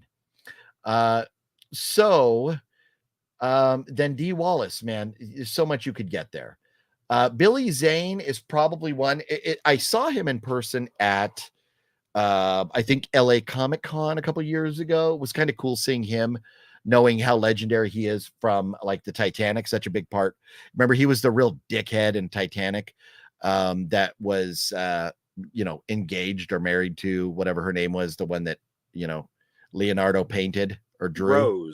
Rose, thank you. Yeah, so he was Rose's insignificant other. But I love Billy Zane, so I might okay. bring something for Ooh. him. He did 2 zombie films. He's Greek, and he did and those are the only 2 Greek zombie movies, and he's in them. So yeah, I forget the name, but of them. And but I did not know that, but Antonis would love that. Antonis, did you know that Billy Zane is Greek? Antonis is Greek. So okay. that's cool. So I wonder if Billy Zane is a personal favorite of Antonis's. Oh man, I know I don't really need him anymore, but I know, and that's my thing. Is I'm looking up at the wall, and I'm like, I have John Carpenter on a picture, on a poster, and a Funko Pop. But I am a filthy autograph hua, and when I can get John Carpenter for $50, I like to get John Carpenter for $50. So there's that. So it's a bummer that you can't go. It really is. So Billy Zane, so you would probably get him on one of those zombie movies. What are they called? Do you remember? I don't remember. I saw them online, so I would probably have him sign Titanic. I'd probably do that, or the Phantom. So okay. I'm gonna pull up Billy Zane real quick. And it's amazing how much stuff he's really been in. Back to the Future Part 2, all the way back then, like wow, 178 acting roles. So I don't think we'll go all the way back. he's also in The Roommate, which is one of my all-time favorite ... from Hell movies. So I have that on Blu-ray. Oh, so maybe that. I didn't realize he's in the original Back to the Future as well. Are you shitting me? He's in all 3. Yeah, they got back all the guys to be in all 3 movies. Yeah. Wow. He was one of like Biff's kind of like buddies, right? Biff's like henchmen guys or something. Yeah. A Brotherhood of Justice. Wow, I have that. What a crazy, goofy, cheesy movie. I did not know he was in that with Keanu Reeves and Kiefer Sutherland from 86. Man. Okay. Oh, and Dead Calm. That's where he got known. Yeah, that's a great film. Let's see. Oh yeah, that's right. He was in Silence of the Hams, not Silence of the Lambs. Tales from the Crypt, Demon Knight. Man. Oh yeah. Let's see. The Believer, Zoolander. Yeah, he plays himself in Zoolander. Oh, that's cool. Oh, Blood Rain. I was not a fan of Blood Rain. I own Blood Rain, not a big fan. Is that one of the zombie movies, Blood Rain? No, I don't think so. Let's see. Well, it's Blood Rain. 18th century vampire movie. Okay. I don't know if where do we go? That. Yeah, I own it. I haven't seen it yet though. But yeah, I think his major role that everybody would know him from would be Titanic. Oh, he was a recording industry executive. He was in Marilyn Manson's The Dope Show video. That's cool. Yeah. So, man, I'm looking for anything newer that I would see. Yeah, but The Roommate. Yes. Sounding like Jeff Goldblum over here. Yes. So I'm looking up I don't see. There's a film called The Mad. Maybe that's it, but just under a different title. But I remember it being much longer. Oh, okay. But it could be in a different language. So ZK Elephant's Graveyard. What is that? Original title Zombie Killers Elephant's Graveyard 2015. So he's in a movie. A young militia is all that stands between a coming dead horde and their rural town decimated by the fracking industry. Oh, so the fracking industry started a zombie apocalypse with Billy Zane and Dee Wallace. So you could get them both on that zombie killer movie. There you go. Yeah. Mm-hmm.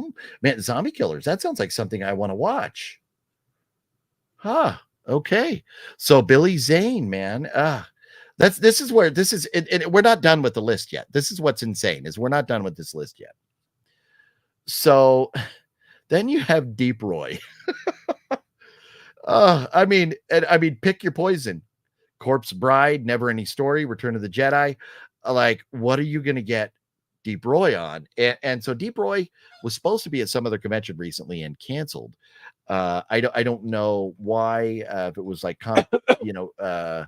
schedule conflict or something else, but man, Deep Roy is a legend.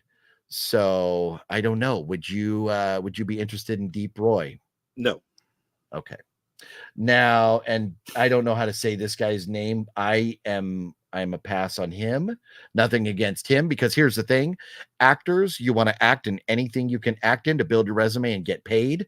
But Dark Harvest, the new mutants, Rebel Moon, or Star Wars Obi-Wan Kenobi, I'm not really a fan of any of those.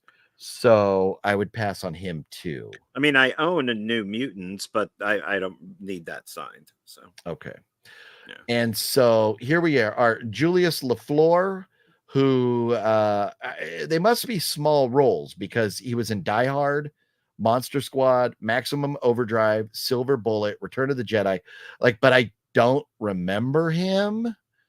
So I don't know, but I mean, come on, Die Hard, Silver Bullet. Are you kidding me? I would get Maximum Overdrive signed. Okay. Yeah, I think I would, but here you go. And one thing that it's kind of cool about this convention is because there is like that Star Wars kind of reunion going on where it's just not specifically from one film, but people from all kinds of different Star Wars projects. But and now I don't know if it's pronounced Bible or like Skylar Bibble or how he would pronounce that. But it looks like Skylar Bible. And I am I'm kind of on the fence with this. I'm going to see how much his autograph costs. Have you seen the movies 13 cameras, 14 cameras, or 15 cameras? I know of them, but no, I haven't seen them. Okay, so he's in the third one, which is 15 cameras.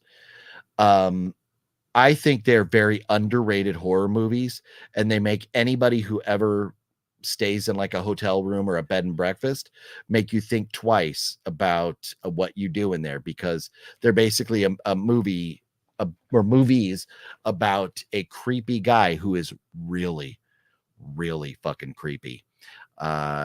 He is a guy who puts spy cameras all throughout these bed and breakfast Airbnb type places that people stay in, and he's a really creepy guy. Well, Skylar is not the main character. He's not like that bad guy. But the 15, the third one is a little different because our main bad guy, he has a lesser role in the third one. I'll say that. But I love that franchise. I think it's a very underrated franchise. So I might get him. It's hard to say. But are you familiar with? Well, and so he's also in Boba Fett, and then something Scream something. I will avoid all things Disney. Okay.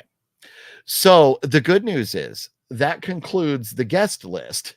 But there are a lot of cosplayers going to be there, like Vamp and the Fiends.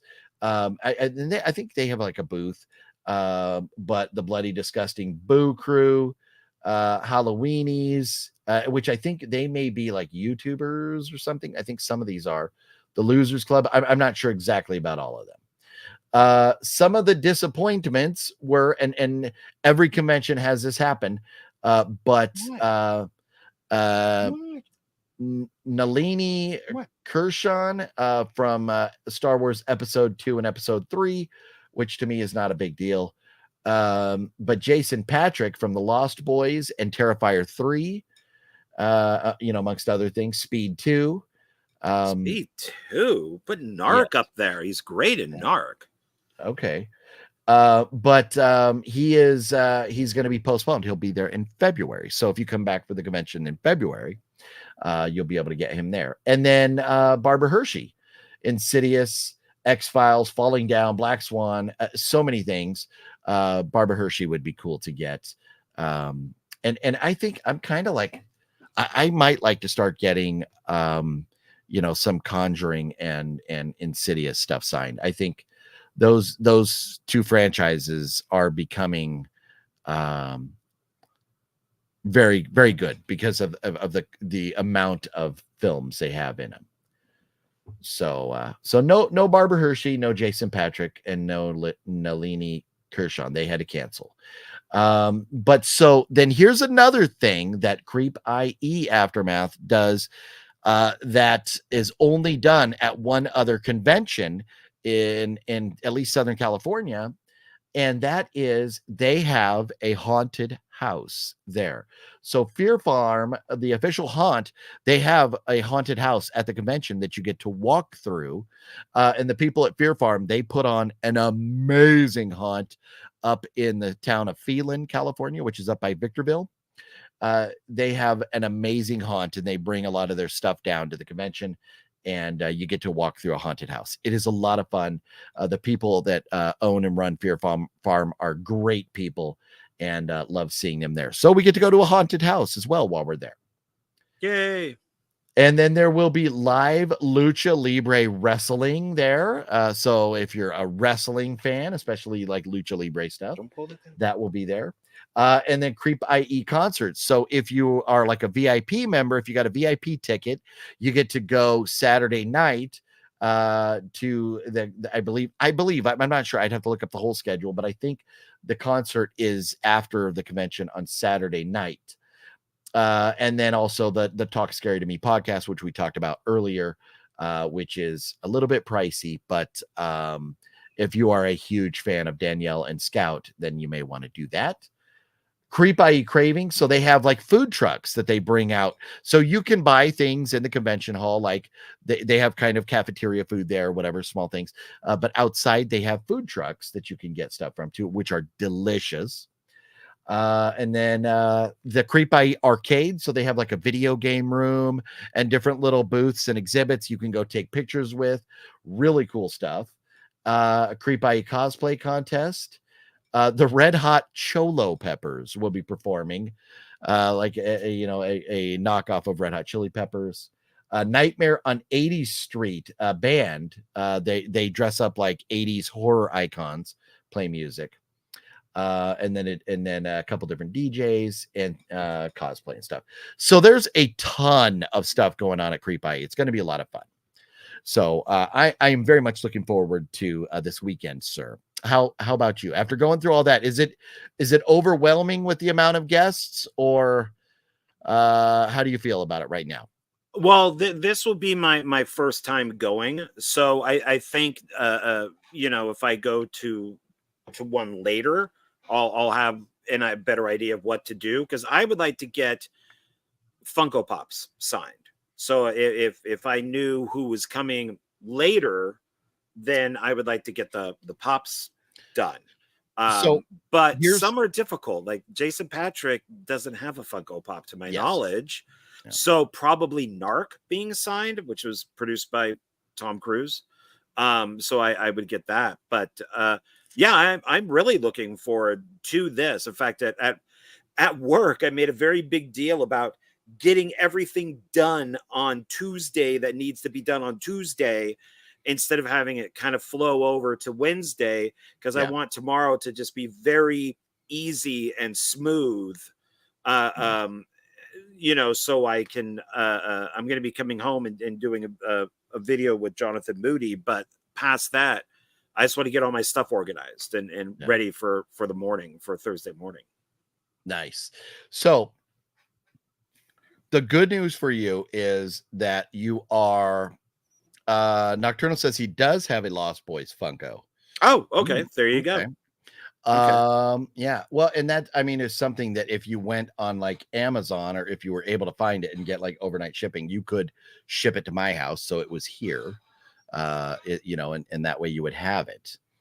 Antonis, what up? Thank you for that $5 super chat. Antonis, you rock, homeboy.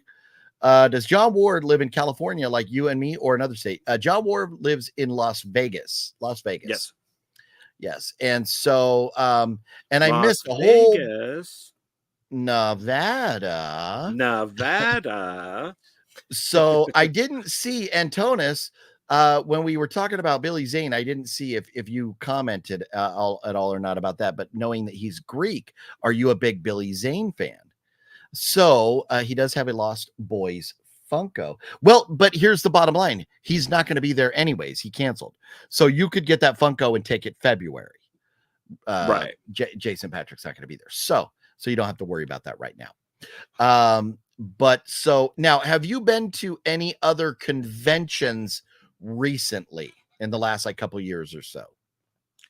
I went to one with Joe Lujan a couple years ago, maybe that he was a year and a half ago, somewhere in there, where I was helping him out at his table. So it was like him and Chris Ivan and we were promoting the films that we were in, but I was mostly just helping out at his table. So we had like the Immortal Wars movies and Rust and stuff that I had helped on, so I could, do that. But that would be it.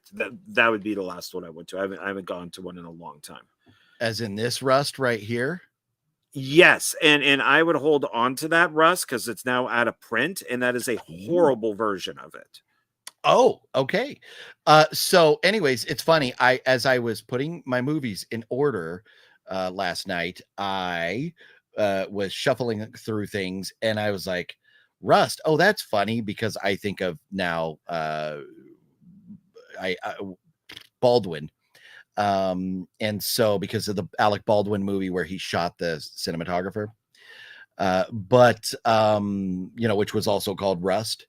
So right. I saw this and I go, oh, that's funny. Let me see this. And I pull it out and I'm like, oh, it's signed already. I have no idea who signed this. Let's see. It's one of those Zia records. I don't know if you'll be able to see it with the glare. It's it might be Joe Lujan. It's a Joe. Very squiggly little thing. Oh, I think that is Joe because he'll always write something above his name. So that's probably Joe. Okay, so it probably is Joe then, and it says "Keep Killing." But now it's funny because I'm going to need Wet Movie 1 to school me on how to get, because it's whoever bought its name was Scott. And Scott had and make sure there's no Scots involved with the production. I still think you should just leave that stuff on there. I've mentioned that before, but if you want to take it off, the problem with that movie is, so before I really knew Joe, and I was in pre-production on Meat Hook Massacre 4, which stars Lindsay Cruz, and she's in Rust and Rust 1 and 2. Yeah, and so I saw there's a place out here called the Millennium Bar, which is like a Star Wars themed place. Yes. Mm-hmm. And Joe was showing Rust 1 and 2. And I'm like, oh, crap, I better go see those movies. So, because I don't want them to be too much like, or I don't want Meat Hook 4 to be too much like those movies, plus Lindsay's in them. So I went to go see the films. I thought, my God, I love these. And so he had posters there and they got signed by everybody. And that's how I first met Joe. But I'm just like, God, this is great. And then I saw Walda, I had that, and I bought it and watched it and went, why do I hate this movie? Why does this suck when I loved it at the Millennium Bar? And then I realized they darkened the picture. Oh, so it's like black in some scenes. You can't tell what's going on. And I mentioned that to Joe, and I think that's one of the reasons why he stopped having them distribute it. And then I got 2 Blu-rays from him that are basically that at some point will probably come out, and they look just like at the Millennium Bar. I love the Rust films. I'm in part 3. I worked cast and crew for part 3, and he's going to make a part 4. We're also thinking of doing an Aximus meets Rust. So, but it's good, because Rust is Halloween, and of course Aximus is Christmas. So. Yes, I see. Yes. Yeah. So Antonis did not know that he was Greek, but he has seen Back to the Future and the movies and the Titanic. Nice. Yeah. When he's a very good, friendly dude in person. So, Greek people getting a good reputation from Antonis and Billy Zane. There you go. So yes, so that was funny. I saw that last night. It was funny you mentioned Rust right now. After I just noticed that I had that, I'd completely forgotten about that. And I forgot what we were talking about after that. What got us onto that subject? I don't remember. Well, anyways, so we were talking about conventions, and you been to a convention in the last couple of years. So I've been to many. So as far as the game plan, this is what we'll do. Friday, when we get there, we'll go to, because there's different areas. There'll be an area where the haunt is, an area where the video game place is. There'll be the vendor hall. Then there'll be 2 different areas where celebrity guest signings take place. So we will walk through the guest signings area first, and I will have my handy dandy notebook to write down everybody's prices. And if there's somebody there that I'm like Ethan Supley, for example, I'm like, if I get him, it's going to be on an 8x10 to sit next to this. If his price is cheap, he's there and it's affordable. And this is just an example. Maybe I'll just get him on that 8x10 right then and there. But we will game plan for Saturday, because when you go in Saturday morning, you want to pick what line you want to get in, because when the celebrities come onto the floor, you want to be waiting in one, knock out that autograph real quick, and then jump over to another line before the lines get really long. So we'll game plan for it. We'll do some game planning Friday night, and then maybe get a couple autographs, here and there. But then Saturday, we will, have a plan in place. Afterwards, Friday night, we'll have the plan, and then Saturday morning, we'll be able to go in there, balls to the wall. So it'll work. It'll be a lot of fun. OGP, when John Ward makes his movies, does he use practical effects or CGI? Both. I have seen both. Yes. The fire stuff. Not to spoil anything. Xmas too. Yeah, that's CGI. And then to answer, Wicked Network asked, "Do I live far from Matt House?" 20 minutes, 25 minutes. Yeah, not too far. Something like that. And then there was another question. Oh, how is Xmas 3 and 4? Well, if I could get off my lazy ass and actually make them, there were a lot of problems, and Philip, I wanted the beginning of part 3, because he was in part 2, so he'll be the most likely the first kill before the credits. But it's been a process because of losing jobs, COVID, losing locations, losing actors. It was planned. It was ready to go for parts 3 and 4, and then just everything fell apart. In general, life happens, man. Yeah, it really does. Well, I think here's the bottom line. If you get, I know there's, some of the other casts or whatever, but if you pull me and Drew Marvick, Drew I can't remember. Does Drew die in part 2? Technically, yeah, but he is back for part 3. So okay, so so if you get me and Drew, you can at least write a script around that, and have some other alternate characters in there, have some back. But I need Sarah, so I need Ashley. Because she's at least in part 3. I'm going to see if she'll be in part 4, but I don't think she does a lot of acting anymore because she's a teacher. But it's been so long with everybody. Too? I think she got married, but I think she's still in Vegas. Okay. I would fly her out, because I need her. So I thought she moved to like Utah or something. That I'm not sure. I know that Mikey, who was supposed to be in part 3, was playing his twin brother from part 1. He moved. A bunch of people moved because of COVID. Yeah. So well, it's kind of cool that wow, why am I forgetting her name all of a sudden? Lindsay is moving back to Vegas, but but you don't really have a need for her in well, she comes back in part 4, same character with her half of her head caved in. Oh, because she gets okay. hit with the rock. Spoiler alert, sir. Spoiler so alert. She's all messed up. So it's Spoiler alert.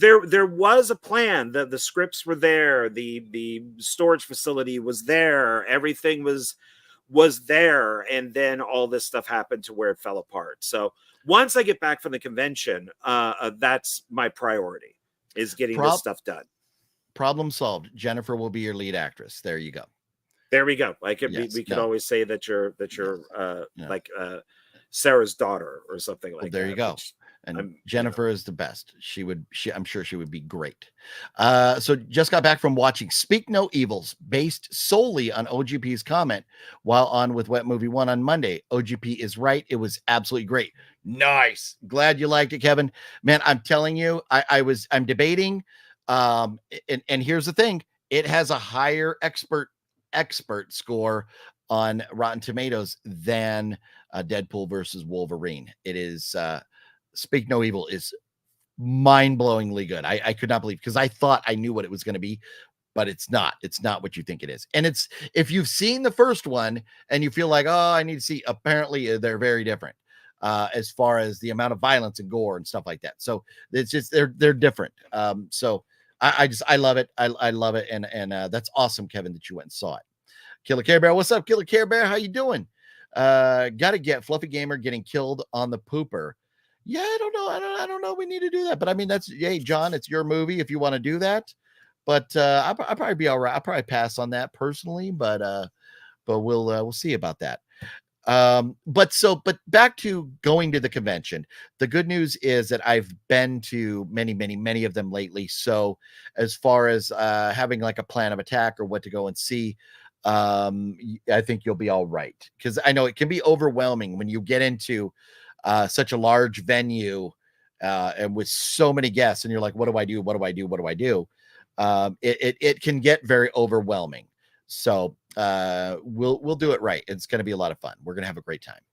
Yeah, back in the day, I used to go to a ton of them with Cliff and other people. I mean, we were even at the one with Anthony Perkins when he was promoting Psycho 3, and he wasn't signing autographs. And he went out this back door, and I'm just like, okay, Cliff, we're going down that door.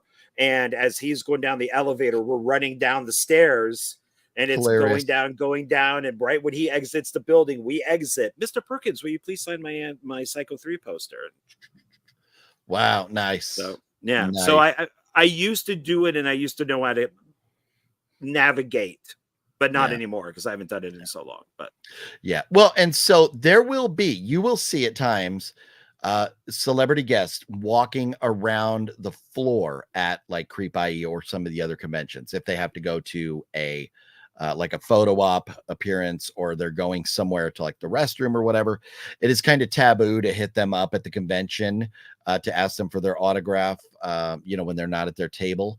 But anyways, it's going to be a lot of fun. We're going to have a great time. So I'm very much looking forward to it. And we'll get to check out some movies, here while you're here too. We can pop in a few movies or two.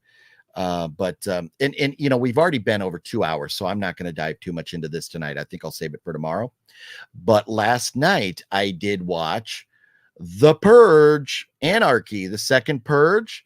And this is Mr. Bones. This is for you, Mr. Bones. I haven't seen Mr. Bones in the chat yet tonight, but I watched The Purge 2, the Purge Anarchy, and I watched The Purge Election Year. And I thought the election year was much better than Anarchy, but I thought Anarchy was better than the first one. So it's funny, a lot of franchises, I like them in order. I'm like, I like with Halloween, I like 1, and then I like 2, like that, like sequential. But with this, I like 3, then 2, then 1. I like them backwards. But now have you, I would imagine you have, and I think I've asked you this before, but have you seen the first 3 Purge movies, if not the entire franchise? I own the entire franchise. I've seen them all a few times, including the TV show. Okay. So,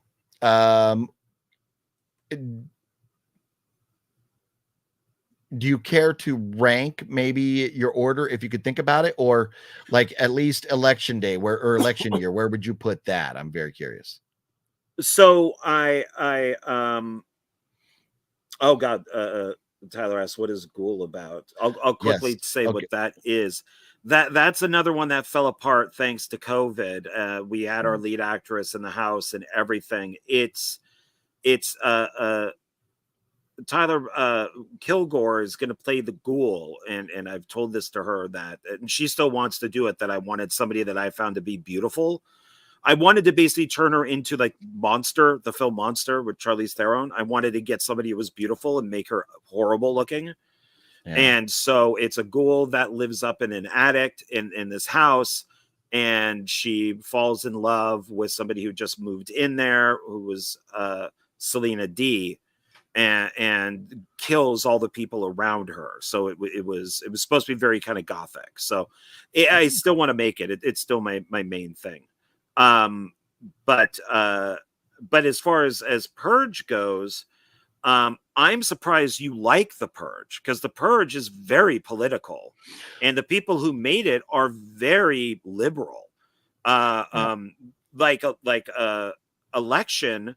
or election year is, the woman's supposed to be Hillary Clinton, because when it came out was when she was running. Yeah. So with that, and I want you to, if you would, just for my sake, so I don't end up hating the franchise, pump the brakes on that train of thought there. So I watched it, and I understand the grand old party, the rich people and all that, and I understand, the poor people. I get it. Here's my thing with the Purge movies. The first one I'm not a fan of, really, because the idea of a purge happening is so absurd, and it will never happen. I want it to happen. I already have a list. I have 5 people on the list. Yes. I want it to happen. I have kids and a very extensive family, so I don't want it to happen. But anyways, just the premise alone, I have a hard time with. So the first one, I just didn't care for. The second one, I was like, I can't buy it. I'm having a hard time with this. But then election year, I almost felt like, and is it Frank Grillo, right? The lead? Yeah. I almost felt like he played a character that was very much like the Punisher, where he was kind of going around, like just ruthlessly fucking up these bad people. So I liked that. But are they my favorite movies? No. Did I walk away from them going like, man, yeah, it was great, I'm pumped? No, but I enjoyed them. But so those were movies, and when I watch movies, if the references and things like that are subtle or just part of the storyline, that's fine. I just hate when stuff is shoved down your throat, and I didn't feel like it was that bad with these ones. So but I get it. I understand the political references there. Well, yeah, because the first Purge, which is a prequel, explains the Purge and how they put it into black neighborhoods. So the first people to be affected by the Purge are black neighborhoods, and then the Forever Purge is basically going after like Mexican immigrants. Okay. Well, and I've not seen that yet, so don't spoil it for me if you would. Yeah, and then the first season of the show, I like the second season better, but they were going to do a third season, and then that's what became the Forever Purge. But I thought the second season was better, but I still like the first, because it's the idea is each episode is like an hour, so it's kind of like 24. Oh, okay, cool. Yeah. So it's the length of the Purge. Yeah, just keeps going. Yeah. Gotcha. Yeah. So like 12, so 12 hours. Yeah, I mean, if you can get by the kind of more, because it's not really even Democratic, it is more liberal. If you can kind of get past that of, the black community being the first ones to be affected by the Purge, then you'll probably enjoy them. So I love all of them. I think that they're all really good. So now let me counter your thought here. Well, first let me say this. Antonis, thank you very much for another super chat. You rock, homeboy. Did the Purge election year talk down on Trump? Uh, Uh-uh. well, what year was it made? I didn't get any Trump stuff in that at all. I think it was before. No, there is it was probably made 2015, Okay. but it came out, I think, election year, because the woman who's being hunted is supposed to be Hillary. That's that. Okay. Yeah. Okay. But no, so I would say no, I didn't get any of that. Antonis, I had no problem with it when it came to political stuff. I had no problem at all. But thank you again, Antonis, coming through tonight with 2 super chats. Antonis rocks. So here's my argument, my counterpoint. So one political party has a very large supporter in real life that is all about population control, and that person is Bill Gates.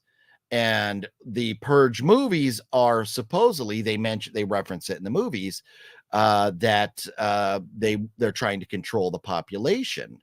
And so would that be not like a liberal thing to do in population control with this? Maybe yes and no. Yeah. Because Well, it's, it's like that movie The Hunt. Yeah. Oh, great movie. Love that movie. Don't if you bring politics into that and ruin it for me, John, I'm going to kill you. I love that movie, with, and I don't care about politics at all about that movie. I love it. It has Emma Roberts in it in the first 10 minutes, so I love it for that. But I do have an issue with the filmmakers who didn't take a side, and I think that you needed to take a side. My opinion did change on it when Jonathan and I reviewed it, and but I do think that, kind of like the movie Civil War, I think that you need to take a side. I don't think that you should make like the director, like don't, the filmmaker should take a side. Yeah, I don't. Okay, I don't. I don't philosophically, I 100% disagree with that philosophically. I want, and that's where I'm saying, like with the Purge, I could watch it because it had liberal views, and then maybe it also had some conservative views, so it didn't upset me. I don't. If you're going to put it in there, just be fair. I don't want any agenda, one side or the other. But no, but in respect, I'm not saying you're wrong. I'm just saying I disagree, and we agree to disagree on a lot of things. So, and I'm sorry, I didn't mean to cut you off there. Oh, no, that's fine. And it's I just, if you're going to do an agenda, then do an agenda. I'm not a like when Civil War came out, knowing who made it, who's a very, these days a very woke filmmaker. I was expecting it to just destroy conservatives, and it didn't. It is kind of down the middle, and it's like, but I don't want to see a movie down the middle. I mean, either destroy one side or the other. But that would therefore would be an agenda driven movie, and I think a lot of people don't want to see it. Just like we don't want to see the Acolyte because it's like a liberal agenda. Agree or disagree with the liberal agenda or that woke agenda. A lot of people don't want to see that. I want to see a movie that's fair, or not necessarily. I just don't want. I understand in life, in reality, in making movies, politics are going to get in there, but I hate when they pick one side or the other. You're alienating 50% of your possible viewers by doing that. When you have something like The Hunt, it was basically Trump who sat there and said this movie should never be released because of its subject matter without even seeing it. So a lot of conservatives wanted the film to be pulled and destroyed. But if they had seen the film, it's the liberals that are the bad guys and the conservatives are the good guys. So without even seeing the film, it was being, basically banned in a way. Yeah. I've never heard any talk about The Hunt at all. I haven't heard any of that stuff. So that's interesting, but yet, it won't impact. I love the movie. It's a great movie. I after reviewing it with Jonathan, and he made some very good points in it, I think of it differently, but I don't know if I made. I'm sorry, if I'm making a movie about militia and they're I don't know, I would pick a side on the militia. I wouldn't be neutral with them. If you're making a movie about uh, uh, um, white supremacists, I wouldn't go down the middle. I would portray them as being horrible. Oh, well, So, I mean, as far as portraying them, and here's a perfect example right here. Absolutely great movie about white supremacy. It shows, American History X. It shows, how awful these people are, but it shows kind of them having an awakening and realizing that they were wrong and pulling their heads out of their asses. So, I think that's okay. Uh, and I mean, obviously, if you do crimes, you deserve the time, even if you do kind of, uh, turn your life around. But, I don't, I don't know. I sit here and think American History X.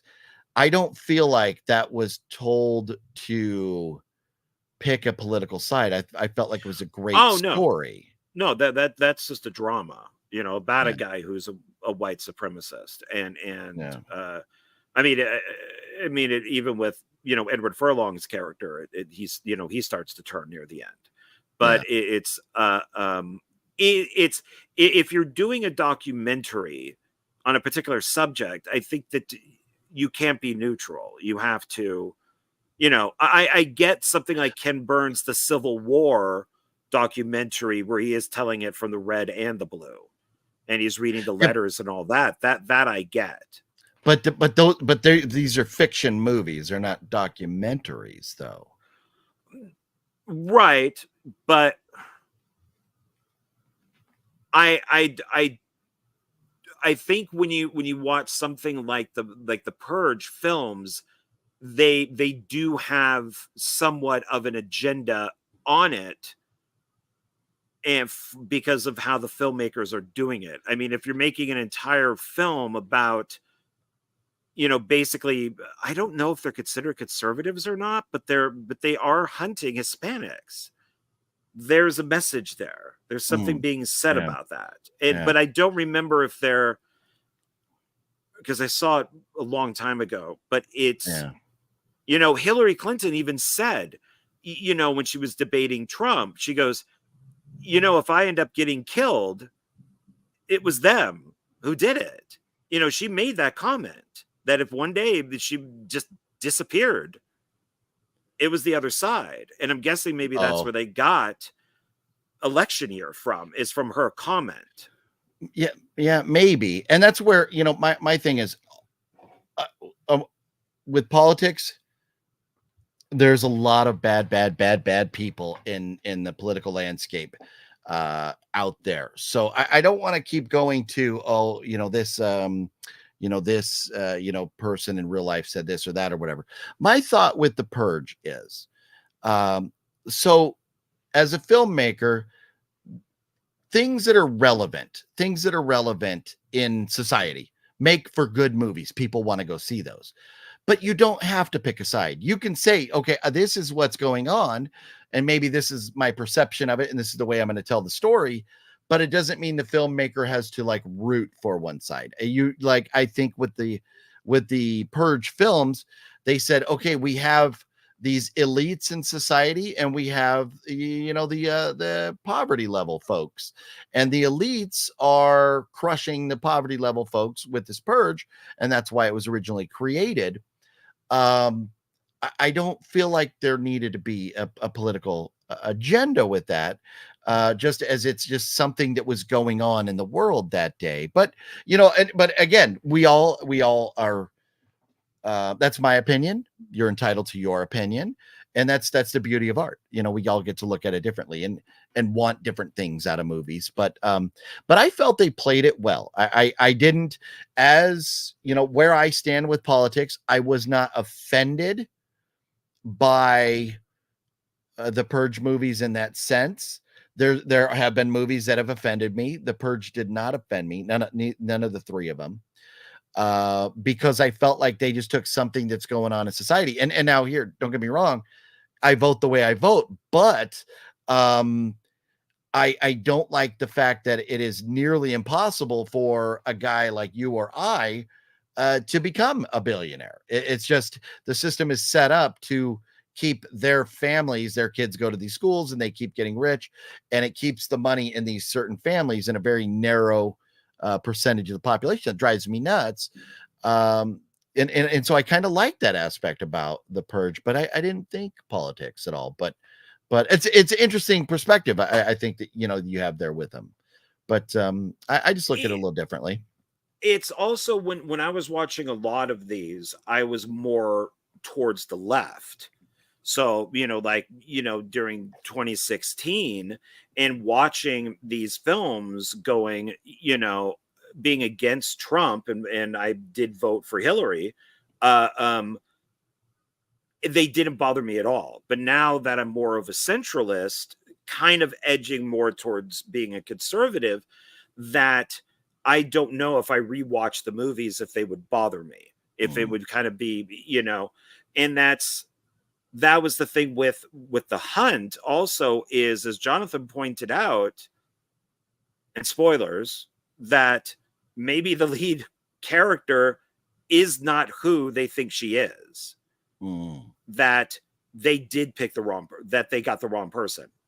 Yeah. The address was wrong or whatever it was. And I'm like, well, fuck, I didn't even think about that, because I always thought with The Hunt, why would they pick this horrible person, character wise, to be the lead in this movie? Yeah. And then that's when Jonathan kind of turned my mind on it, is because she's not the person they think she is. They might have actually kidnapped the wrong person. Yeah. Well, and that's, I'll tell you, it's been a while. I haven't seen The Hunt in a couple years, but I do remember, like Jennifer, I believe it was amazing.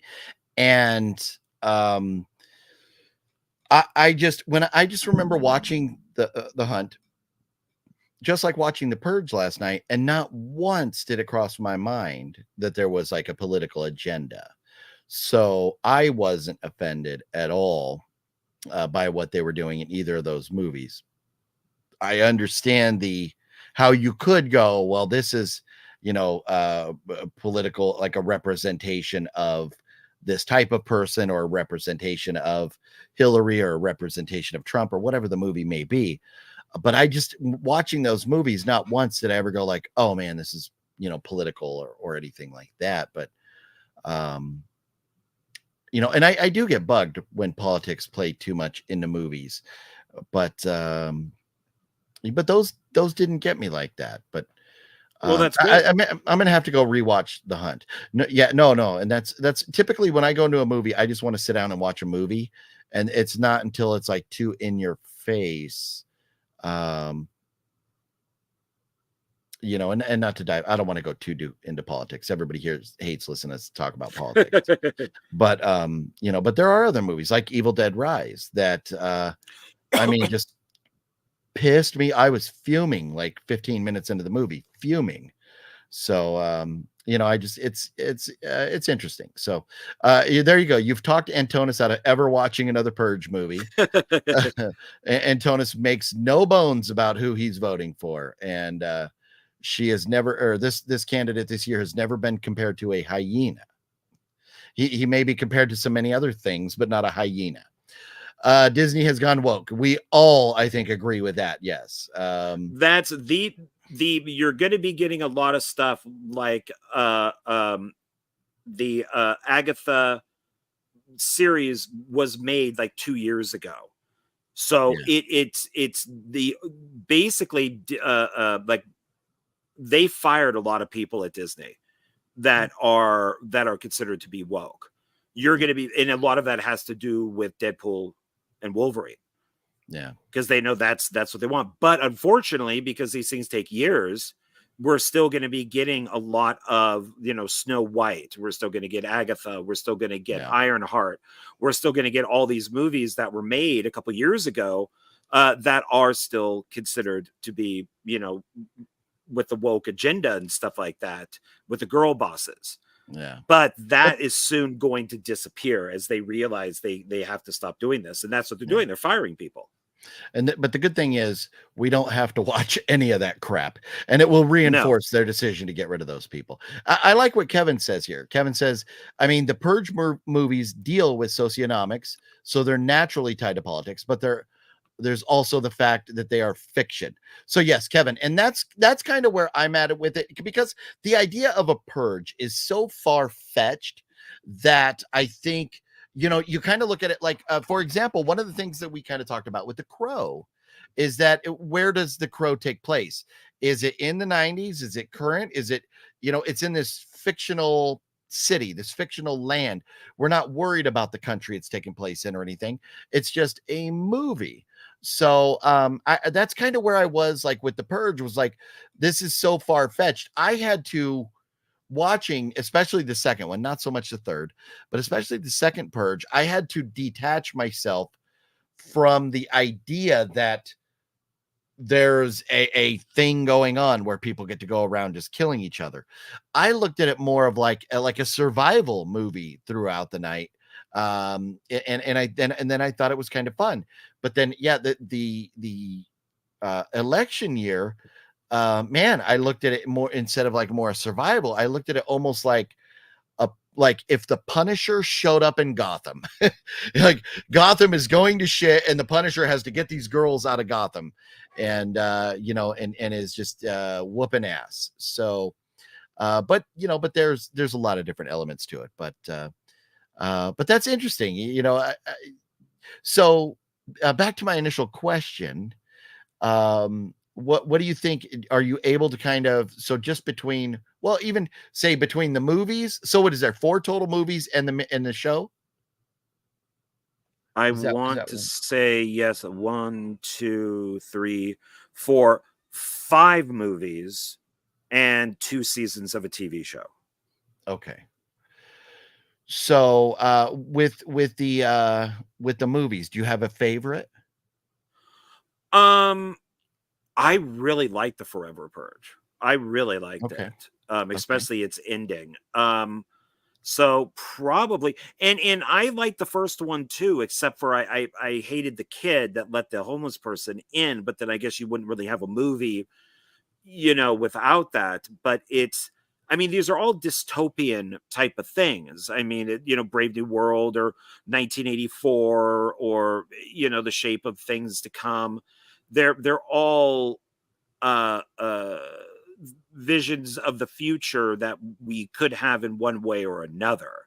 So if I had to rank them, I would probably say maybe Forever Purge first, then Election Year, then the first Purge, Anarchy, then the Purge. And I don't really put the TV shows in there, but I like the second season more than the first season. And there is an unmade 6th film, which was, but that hasn't, they didn't do anything with that. But so it's, I like stuff like that. Even something like The Hunt, which is basically just the most dangerous game, where you can have, you know, one person or a group of people hunting a particular person, surviving the game. Is that's one with Rooker Hauer, where they're all hunting homeless people. Oh yeah. So it's all the same idea. It's just they're hunting different things. Yeah. Well, you know, and it's I like the idea. Now, see, I'm not the biggest fan of the premise of having a purge, but the beauty of it is you can tell, kind of like The Crow, you can tell a story of the purge. You don't have to have the same characters at all, because Frank Grillo was in 2 and 3. He was in 2 of them. Yeah. So you could just go, like, you had one in LA, the next was in Washington, DC. You know, you can put them wherever, because if the purge is happening across the country, you could put them anywhere. And I did love the idea. And I thought they maybe could have even done a little bit more with it in Election Year, was the purge tourists. the Europeans that came over because they wanted to kill people. I thought that was an interesting thought.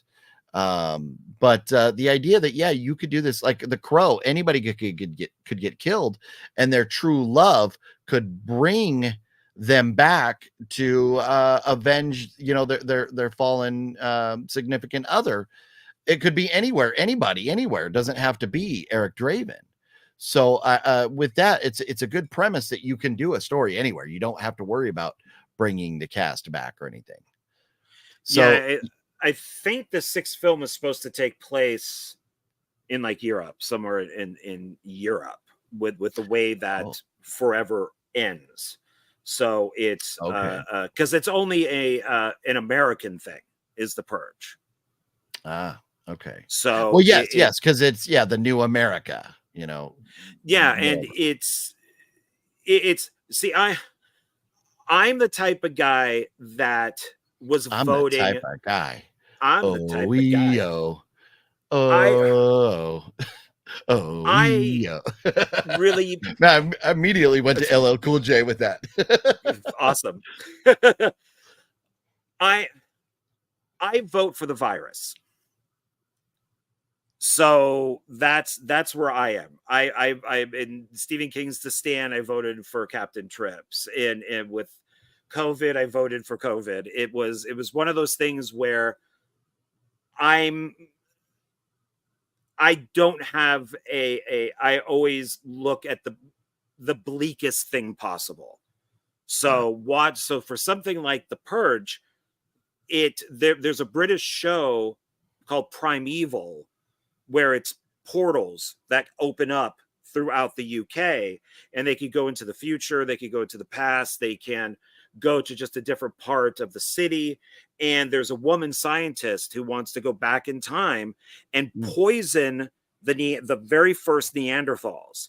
And she's going to release a poison into the river where they're drinking from, because she wants to basically destroy, mankind, because she doesn't feel that mankind is good enough.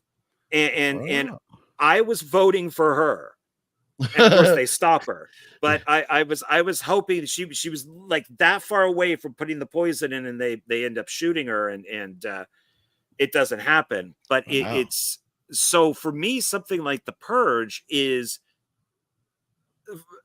I wouldn't mind it happening. I really wouldn't. Yeah. I also believe, and people made fun of me, is where I do believe zombies will happen one day. You rich fucking conservative elitist, you. I kid. I like I said, I have a list of 5 people, and I would have the list went from 2 or 3, I think, up to 5. So but I mean, I think that there could be a virus that takes over, and maybe we don't have Night of Living Dead or something like that, but we could have 28 Days Later. Or Alien Covenant. They could just roll the spaceship in and just turn us all to stone. Yeah. Just let the black stuff come out. Yeah. So it's yeah. So I'm trying not to, I don't know, I'm trying to put stuff in a particular way. So it's and my thing is with movies is I want to watch a movie and I don't want to think politics. This is my escape. And so when I get to watch a movie and I don't think politics, even if it does have, like Kevin says, because of the socioeconomics and the ties to politics, just if it doesn't go too far, I'm good with that. It's just when it's in your face, shoved down your throat, that you're, scum because you were born a white male. That hurts my feelings. That I have a massive problem with. I have no problems with the movies in the future where the government is screwing us. I don't have where you have something like Equilibrium with Christian Bale, where emotions are outlawed and they have to take a pill to, kind of remove that. And then once he stops taking the pill, like Fahrenheit 451 or anything like that. 1984. Yeah, I mean, 1984, man. A lot of this stuff is coming true to an extent, but it's all these great sci-fi writers, including H.G. Wells and George Orwell. They predicted a lot of this stuff, and look when they wrote those books. Look when War of the Worlds was written. So it's well, the one movie that's going to come true, and I've been sitting here brainstorming, trying to rack my brain to figure it out, and I can't. But the one movie that's going to come true is where it happens like 500 years in the future or something, and everybody is stupid and can't figure out anything on their own. Oh, Ideology. Thank you. That's what's going to happen. I mean, if anything, if all signs point somewhere, that's what's going to happen, because you saw it firsthand at Big Lots. The girl couldn't count simple change. She had to pull out her phone to tell her how much change to give you. My grandfather would go insane with that. And where a girl, just who's ever buying the counter would have to pull out a calculator. And he's like, it's 56 cents. Just, just give me my 56 cents. Yeah. He just did it right in his head. I'll do the math for you. Yes. No. And so Wet Movie One says, you fucks are still live. Damn. Yes, these fucks are still live. Yes, we are. We're talking movies. We're having a great conversation. And, my thing is I could be talking on the phone, which drives me nuts. I hate talking on the phone. A conversation here or there is one thing, but in general, I don't like sitting every day talking on the phone. Talking like this, where we have right now there's 24 of us involved with this conversation, but earlier there was like 40 of us. I love these type of conversations because you're getting a lot of thoughts and inputs, and I have the power to determine whose comments get placed on the screen. So I love that power. I am a great and powerful Og. I'm not an Oz. I'm a great and powerful Og. So there's that. I do like talking. Yes, I know I do. I talk a lot. I'm very good at it. And I try to keep it entertaining and keep it fun. Primeval sounds a lot like Three Body. Huh. Yeah, I don't know. Yeah, okay. Yeah, I don't know that one. Sorry, part 2. It's called Bodies, a British show on Netflix. Oh, you know what? I think I started watching Bodies. Let me pull that up really fast. There's Bodies, Warm Bodies, That's a good Bodies. movie. Yeah, but that's obviously not where they're going. Let me just search it and find which one is the show. Warm Bodies. Is it if it's the one from 2004 to 6? I've not seen that. That old. There's a newer show that I thought maybe he was talking about, but no, I have not seen that. So does not look familiar. Starring people that I've never heard of and I can't pronounce their names. So moving on. Got to tell you guys about my Christian Bale experience sometime. Well, that would be great. And if you ever want to come on, let us know and you can hang out and chat with us for a bit one evening. That would be epic. So, John, Christian Bale. Oh, good for you. Good for you, Christian. Good for you. You're a nice guy, but we're not going to work together again. That's my Christian Bale rant. There you go. Antonis, I think it's better off that you don't, because I have an idea who some of the names would be. So I think it's probably better you don't. But we don't need to go down that road too much. So it's a long story with the Bond producers and Julian McMahon at a convention. Interesting. But anyways, we are almost 3 hours in. We've got to, and I got to wrap it out. Wow. Oh yes. No. I did not lie. I did not cut down that cherry tree. No, I think I got that wrong, didn't I? I think I lied. But no, I have to. I'm hungry as well. I did eat earlier, but I do need to go grab something to eat. But it is also 3 hours in. It's time to drain the weasel over here.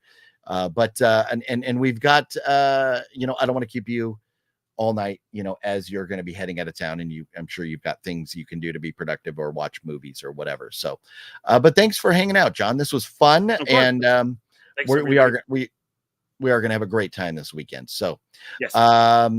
Your channel coming up right now, or anything else you want to talk about or promote right now? John Ward at Dark Park Films just put up a birthday video, which Philip is part of. So I mentioned some stuff that we did and movies that I purchased. I'm going to be reviewing with Jonathan Moody tomorrow, Saw 6, which is my favorite one. Once again, bringing politics into it because it's all about the healthcare system. And that's pretty much about it. And then heading out to you on Thursday. So, yeah, nice. Gonna have a great time. Very cool. Well, yep, it has been a lot of fun, sir. I will let you get out of here. I'm going to head out too, everybody. Thanks for hanging out with us tonight. Antonis, thank you for dropping those couple super chats. We love you all, and we will see you tomorrow night. I do want to say this before I go. Link is down below.